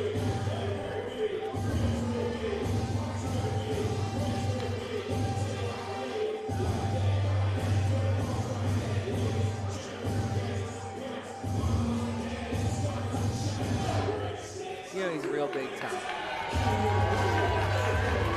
Accompanied to the ring by the president of Team Big League, Jordy Nolan, we have from Erie, Pennsylvania, at 215 pounds, he is Big League John McChesney. John McChesney just did something really interesting. He looked at one of our fans, a regular fan that we have at RWA and 2PW on the regular. Looked at her and said, "Not today, I'm all business." Went to the camera and said, "This is not about me being friends with people. This is not about me being nice. This is about me becoming the #1 contender for Pitt Fight." Those are the words that came out of Big League John McChesney. This is not the Big League John McChesney that runs Big League Pro. This is not the Big League John McChesney that has gained adorations of fans over a 20-plus year career. This is the hungry Super Indie winner. You're right. This is the deadly SOB who took IWC by storm. Wow. Tony going there. As you can see, McChesney running off those ropes. And now, this man was trained in Hayabusa, Japan at 190 pounds, Super Hentai. And you don't talk about determination, Tony. Look at the face of Super Hentai. Super Hentai knows what he's getting into. These two, that's right, McChesney and Hentai, they have a long-standing battle over one move, the Northern Lights suplex. You know, I just mentioned the Super Indies and how you know who else has held that? That man right there. Right, Super Hentai. These two guys put Super Indie on the map, put Pittsburgh Wrestling on the map. And tonight, boy, do they got... Put Jesse on the map. Yeah, exactly. Super Hentai and Jesse put Jesse on the map. All right, we're done putting Jesse over. But anyways, let's get to the facts. The fact is these two have battled all over the place. They have shed blood, sweat, and tears together as a team and as opponents. So take nothing away from Super Hentai or McChesney. Tonight you have two veterans, but also coming to the ring right now, one young prospect who is hungry and ready to deal with 40 years of veteranship. Dry Rock, Wyoming, 175 pounds. He is the leader of the Cowpoke Posse. Cowpoke! Sorry to interrupt Cowpoke Paul, and I'll get to him in a second. Big Lee just looked at us and said, "I'm not in a good mood. Where's the champ?" That's right, because McChesney was actually supposed to have a battle with the Pitt Fight champion, who is President Evers. Yeah, so this is kind of an insult to McChesney. Because if McChesney loses tonight, he loses that opportunity that he was promised how many months ago? I mean, these come once a year. No, and he's absolutely right. This is a complete unfair situation to Big League John McChesney, which is why he's coming in with a bit of an edge. Unfortunately, I think Cowpoke might be in a bad spot because while McChesney, yep. Oh, and here we go. McChesney starting things off early, and Cowpoke now up. TKO. Oh. He's ending this quick. He's gonna end this quick. Cowpoke doing the right thing though and rolling out, and here we go. Hentai and McChesney and Hentai starting things off with this three-way dance off the ropes, up and over. Drop kick, beautifully executed by Big League. There's a lesson to be learned here. McChesney is coming out for blood. Have you seen this fire from him in a while? No, I have not seen this ferocity in a long time from John McChesney. The last time I saw it, James Jameson. Yes, that was a war to end all ages, are those two right there. 2 years ago, last time I saw it. Wow. He's telling Pitt, these guys, he loved these guys last year, and now it's an absolute fury. McChesney's fired up. I mean, my God, I get where he's coming from. Oh, and there's those knife-edge chops that McChesney is known for. And now McChesney, oh, wait a minute, reversal though by Super Hentai. And again, using the tarpals on the mask to his advantage. Again, McChesney of old, we wouldn't have seen that. You know, we would have seen him maybe a more respectful move. But again, he respects nobody in this. Oh! Cowpoke kicking him into oh boy. Cowpoke off the ropes. Up, through, and just takes them both out with that suicide dive. Tope Suicido from the lone gunman. It's Spanish. We said the same thing. Don't feel so pressed about it. I'm just doing it for Joe. Yeah, Joe, we love you. We hope we're doing you justice. As right now, we throw, Cowpoke. We don't throw anyone. Cowpoke. We witnessed the throw. As there's that hat of Cowpoke's. Puts it on Super Hentai. That's a little bit of a disrespect. A little bit of another thing that needs to be factored into this. Triple threat means that there are no cows. Or do-si-dos? No, there's some do-si-dos apparently. Guns blazing and chops are allowed. But also there are no disqualifications. Okay, we've seen what McChesney's done so far in the beginning of this matchup, right? Yes. Why would you want to poke a bear like Big League John McChesney as Cowpoke moves out the way? Oh! Slams his face right off the mat! Only a 2 count, says George Ross. Only a 2 count. But yeah, no, you see it's actually, you see the different Jordy right now. Yeah, it's the red. It's weird. I mean, it's strictly business right now when it comes to Big League. And not only just Big League, but of course Team Big League. As right now, cranking that arm back and throwing it in the corner, but Cowpoke saw it and Hentai saw it too. That's right. Hentai now, he still has that hat. Oh, I guess he likes it. He likes the hat. I guess we're going to keep it going. Oh, missile drop kick. Mother of God. Super Hentai. He still has the hat. Well, I never thought I would today that I'd see Super Hentai galloping away with a hat. That's not the first time I've seen him ride bareback. Wow, Tony. Okay. I'm on a college campus. I shouldn't say those things. I know. We promote other things here. As right now, comes in with that splash. Oh, double knee. Has him up. Beautiful body slam right there. Has him. And Cowpoke kicking out in the nick of time. And Hentai keeping McChesney on the outside. Cowpoke face breaker. Might have it. Only a 2 count right there. What I said wasn't that bad. That's the Pitt student section. That's the Pitt-Greensburg storyline. They want them to sit on it. You know exactly what's about to happen. No, I don't. You've never seen this before? There it is. Sit on it, leg drop. Okay, that could have meant something different. Only a 2 count. It is hentai.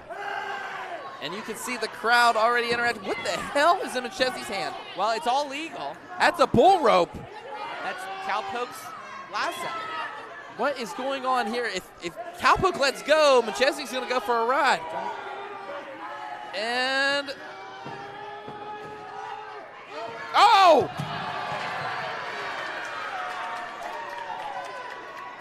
Cowpoke, my goodness, playing the mind tricks with McChesney there. McChesney looked like he was going to go for like a hog tie maybe.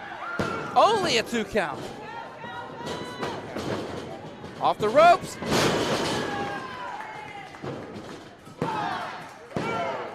No! Hentai just in the nick of time kicking out of that. This is a big opportunity for 5 minutes gone. Cowpoke, and I hope he's not aware of the ramifications that might happen here. Like, you have a huge opportunity. This is the biggest opportunity of your career.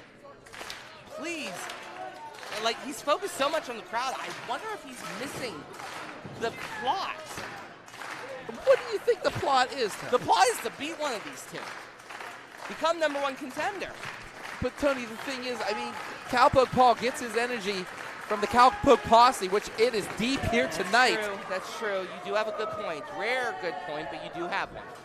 And Hentai now keeping Cowpoke at bay. And these two fighting back and forth.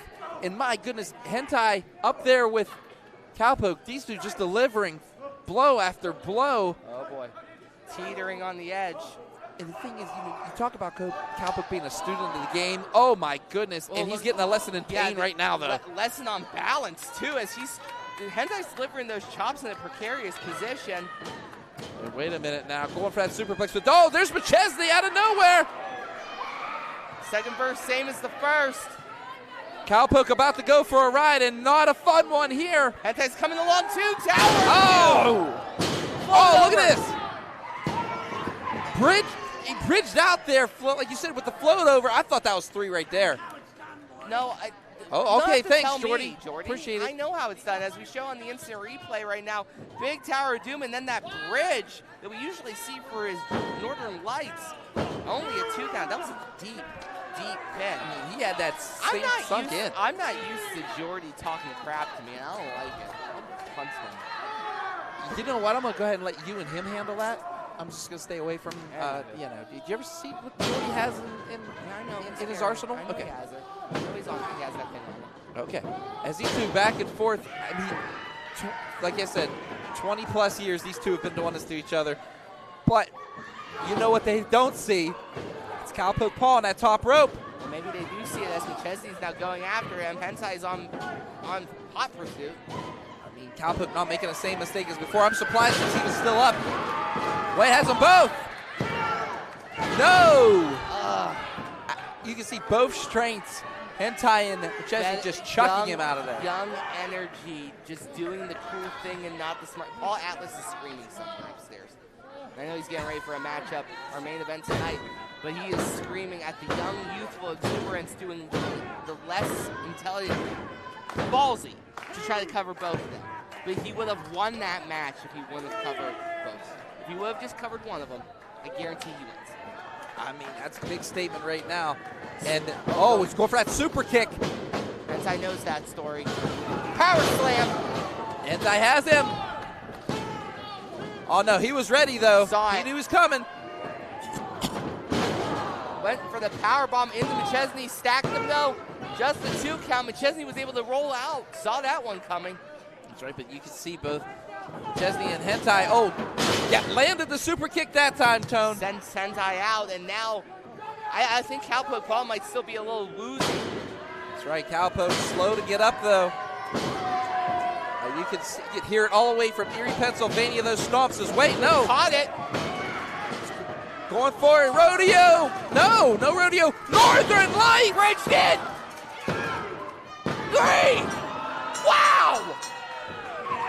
In a time 8 minutes, 41 seconds, your winner and now, the ranked #1 contender for the Pitt Fight heavyweight title, Big League John McChesney. Big League John McChesney showing why he was and still is the #1 contender for that Pitt Fight Championship. As you can see on the IndyWrestling.live replay, that Northern Lights, one of the best in the business. Him and Hentai fought over that, but he showed it here tonight. And the victim, Cowpoke Paul. I mean, he had an absolute necessity to do that, but it has to be frustrating for McChesney.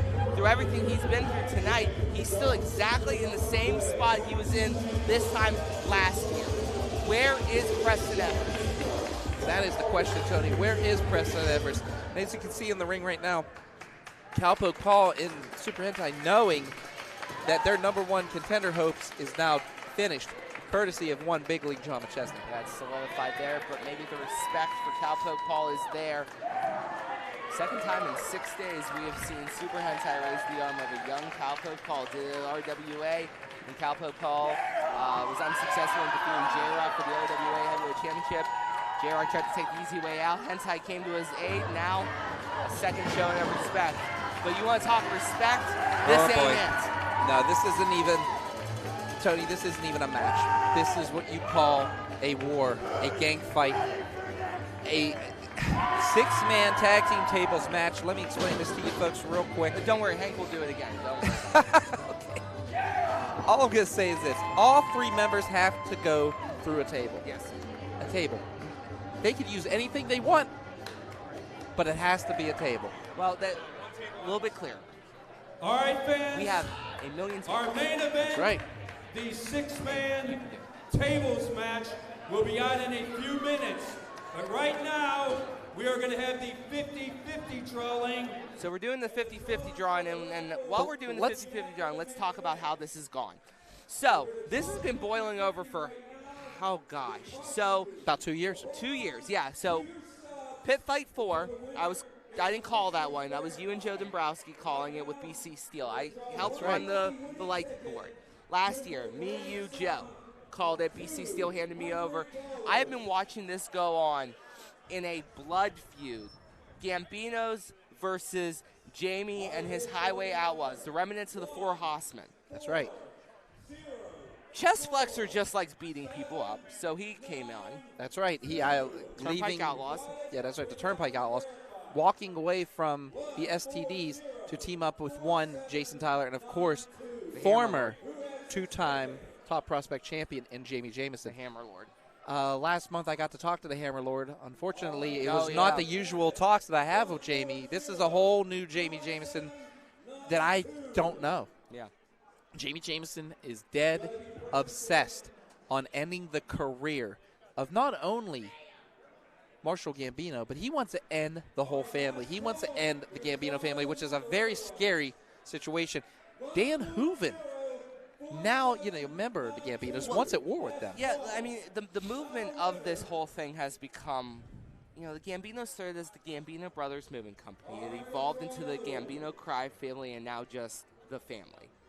It has bled over from multiple avenues to become Marshall, Paul Atlas, Dan Hooven, MED, excuse me.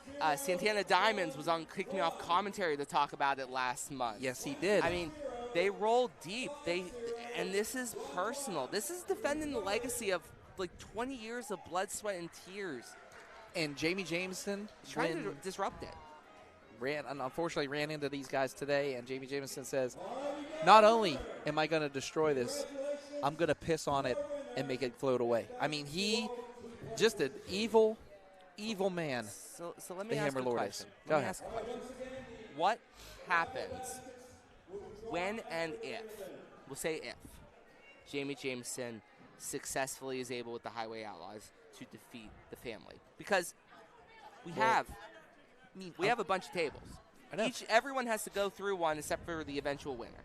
So, theoretically, Jamie Jamison, perfect scenario, he puts Marshall Gambino, Paul Atlas, Dan Hooven through 3 tables, right? That's the perfect roll.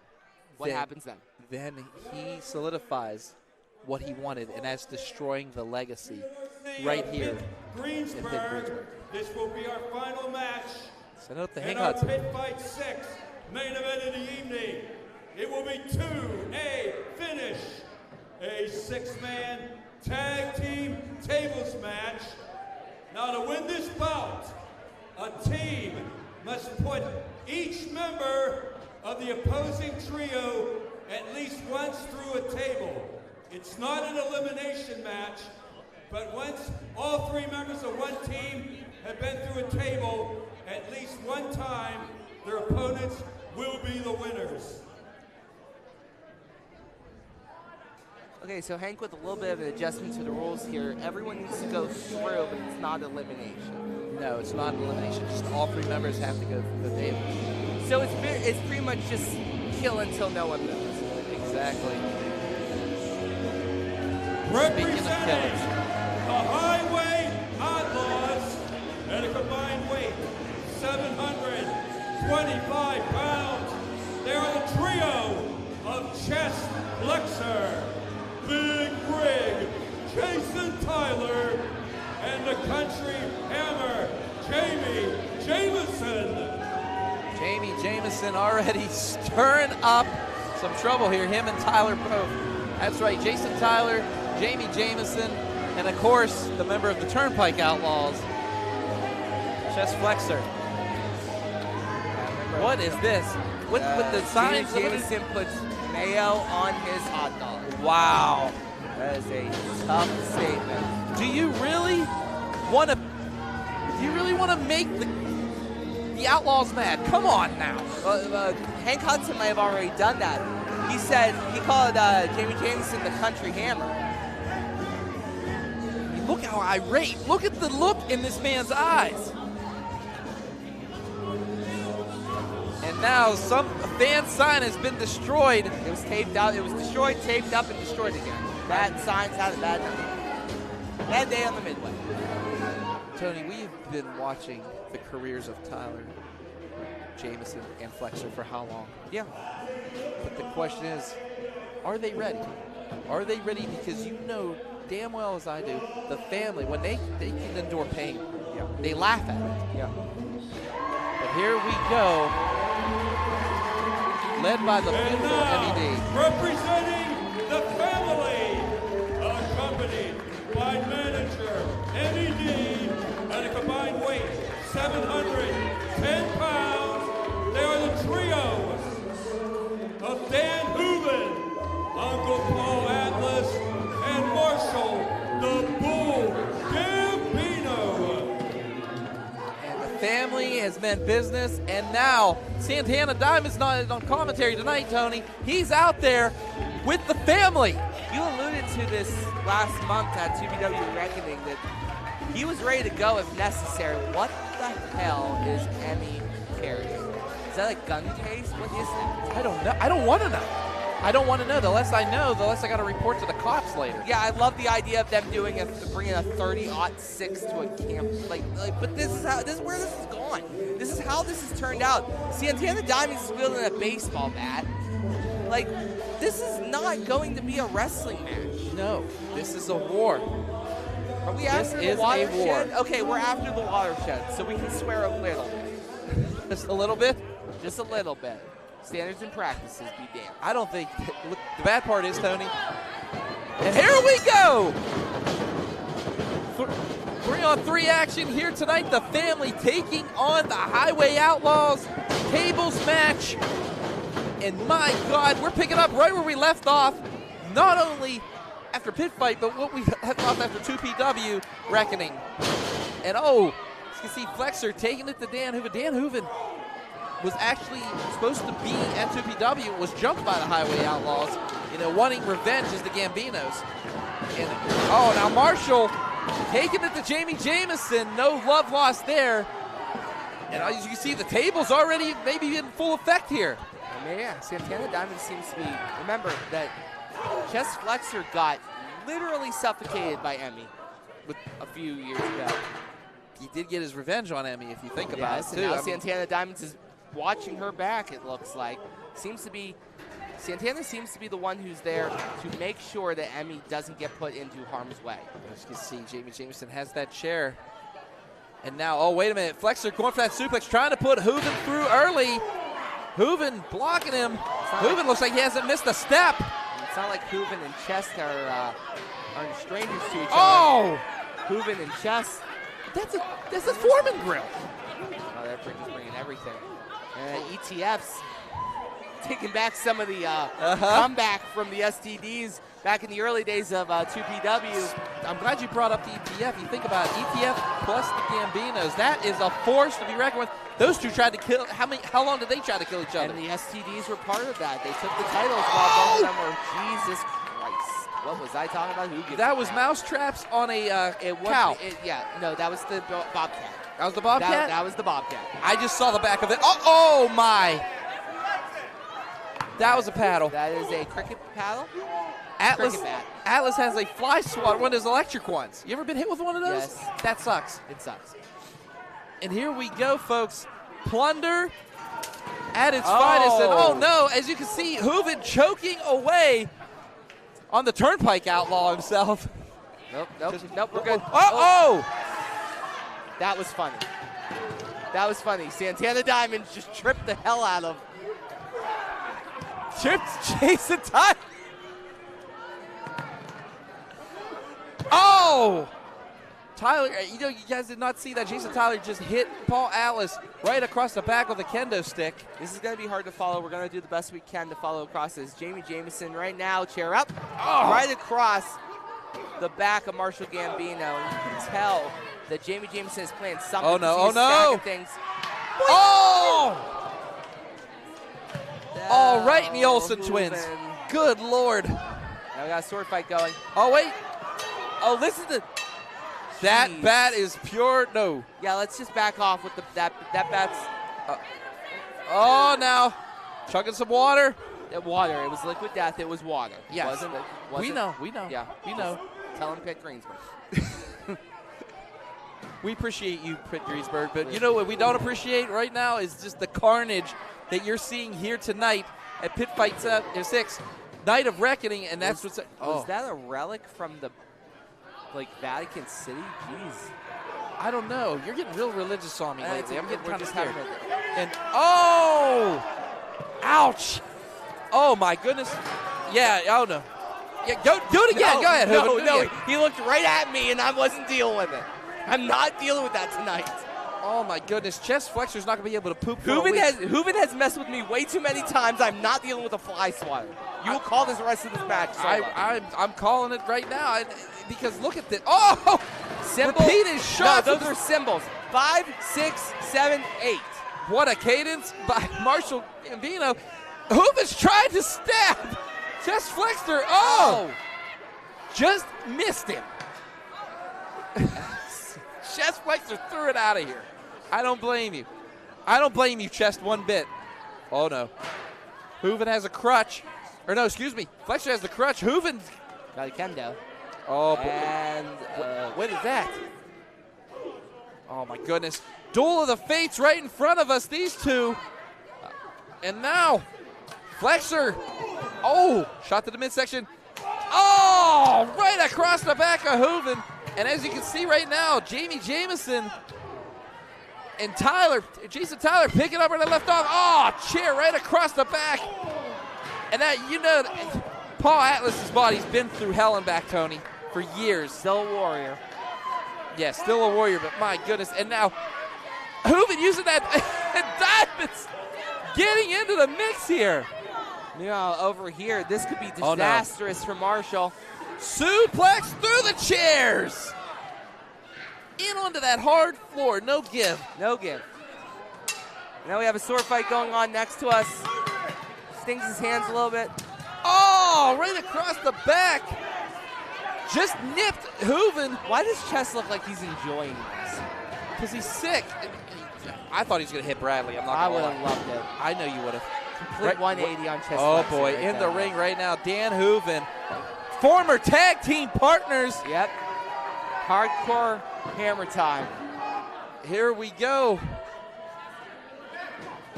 And now, no hard feelings, I guess. Hooven trying to say, but oh!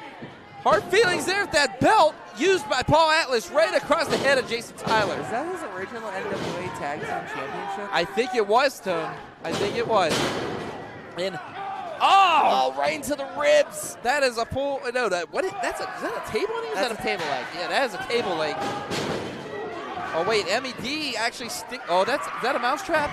Oh, right off the back of the head, a mousetrap. But notice, no one. The purpose of this match has to be to put someone through a table. What is happening? What is Flexor about to? Ouch! Slamming down, and of course Uncle Paul and Jason Tyler off the outside, and oh, carnage! Does that count ensuing. as a table? The Dean is furious. I mean, how much property is being destroyed here tonight at Pitt-Greensburg? You can see the monstrous back of Atlas, and now Hooven missing with that chair. And of course, the Hammer Lord picking up that steel chair, and oh, right to the midsection. Oh no. Oh no, this right here can end careers.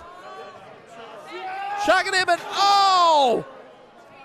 Hooven could have a broken larynx with that right there. And again, he had Jason Tyler. Ah! Is that a fraternity paddle? Yes, it is. Okay, thank you. Thank you. And now, okay, these two having a seat. And oh my goodness. Oh wait! Who went through the table? Through a table. Atlas lead 1-0. Again, this is just score. Nobody gets eliminated, but people get hurt. Tony, you look a little unsettled.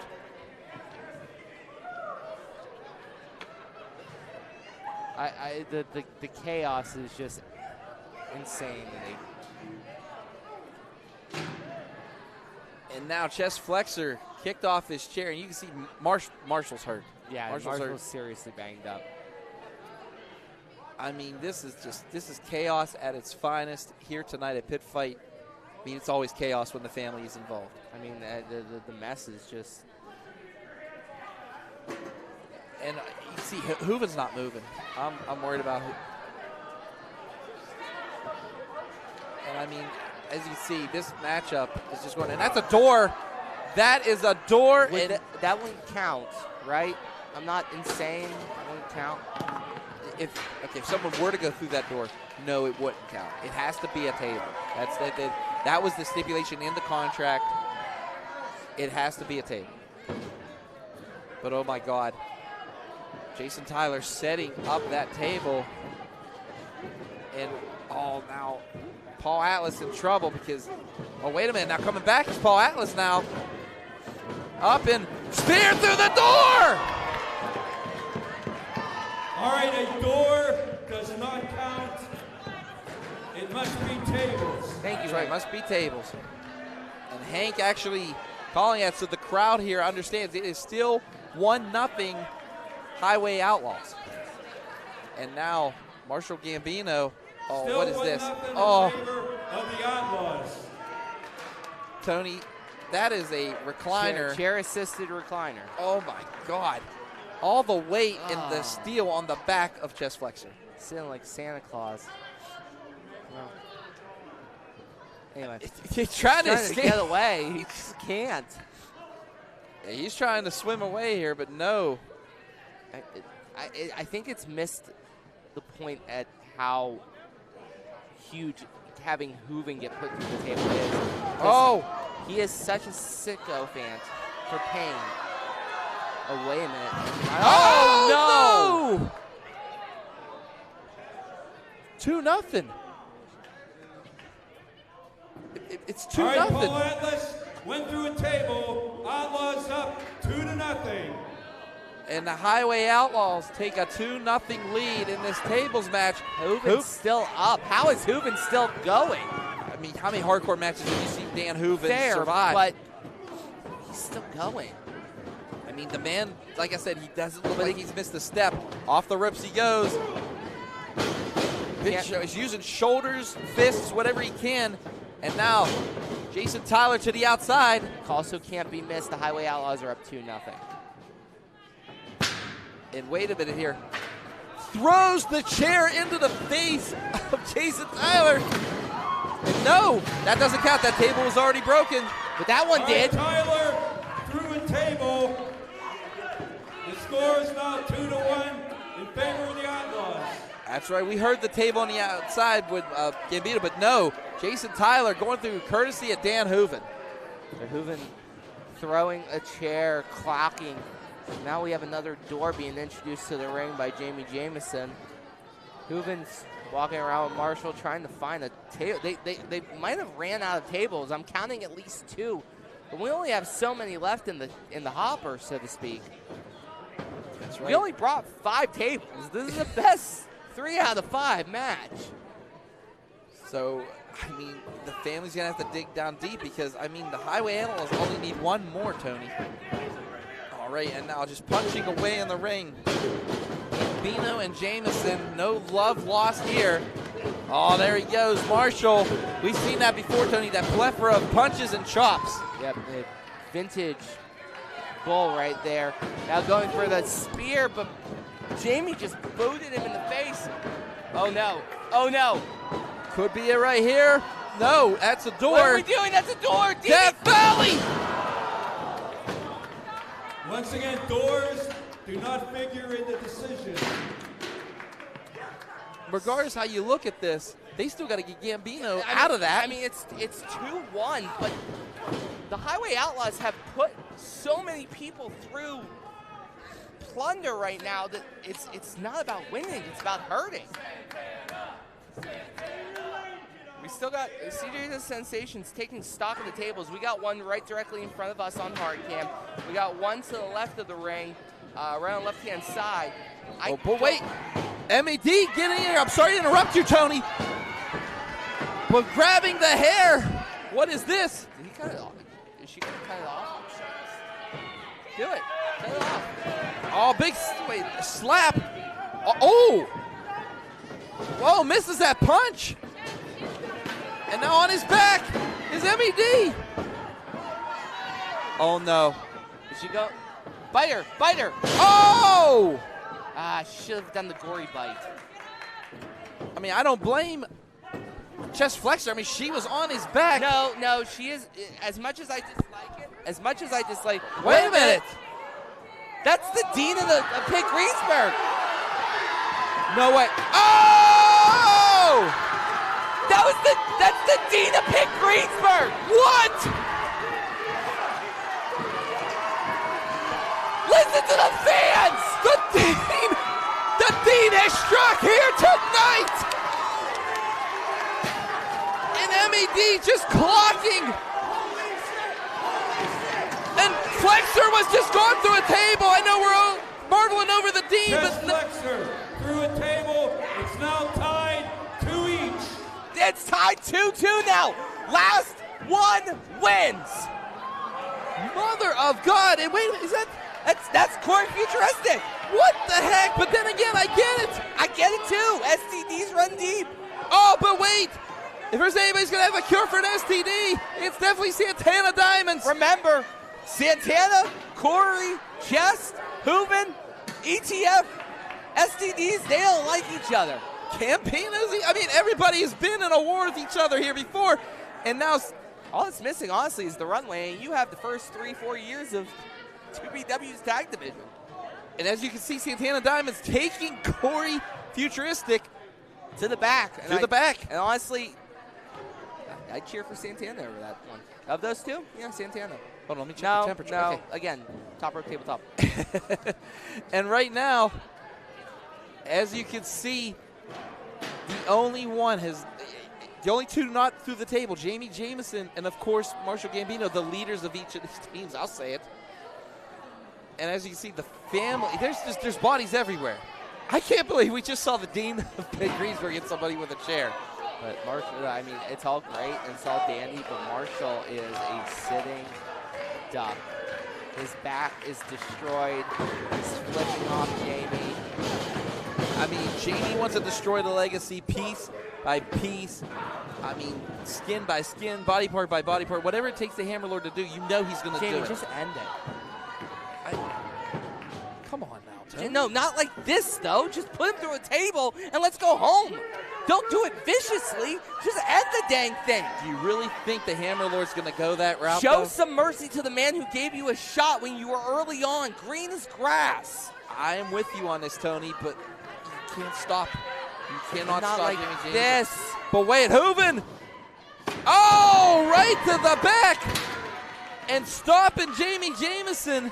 Oh, no. Look at the wild-eyed look in the Hammerlord. Oh! Double team action, Hooven and Gambino. And now, oh! But wait a minute, as you see Jason Tyler saving in Hooven, and oh! Russian leg sweep into the apron.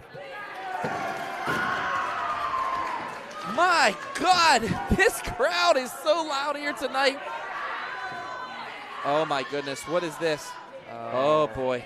Turnabout's fair play, I guess, but this, Marshall, think about it. You helped find this kid. You gave him an opportunity when no one else was giving him one. Don't do this. He's having second thoughts. What? Wait. You set it down. Pull the chair. No. What is that? Emmy, what? We've seen cinder blocks come into play before. Oh my God, no. What are you doing, Marshall? Marshall, this is going to end a career. This man's a heavyweight champion. He has a kid on the way. Look at that. Oh my.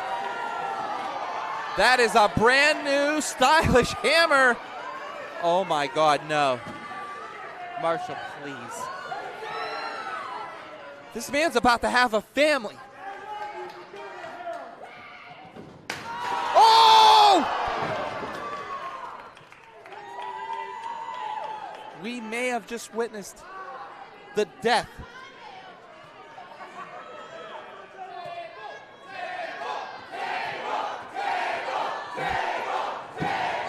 Mark just said, I love you. Let's go to hell.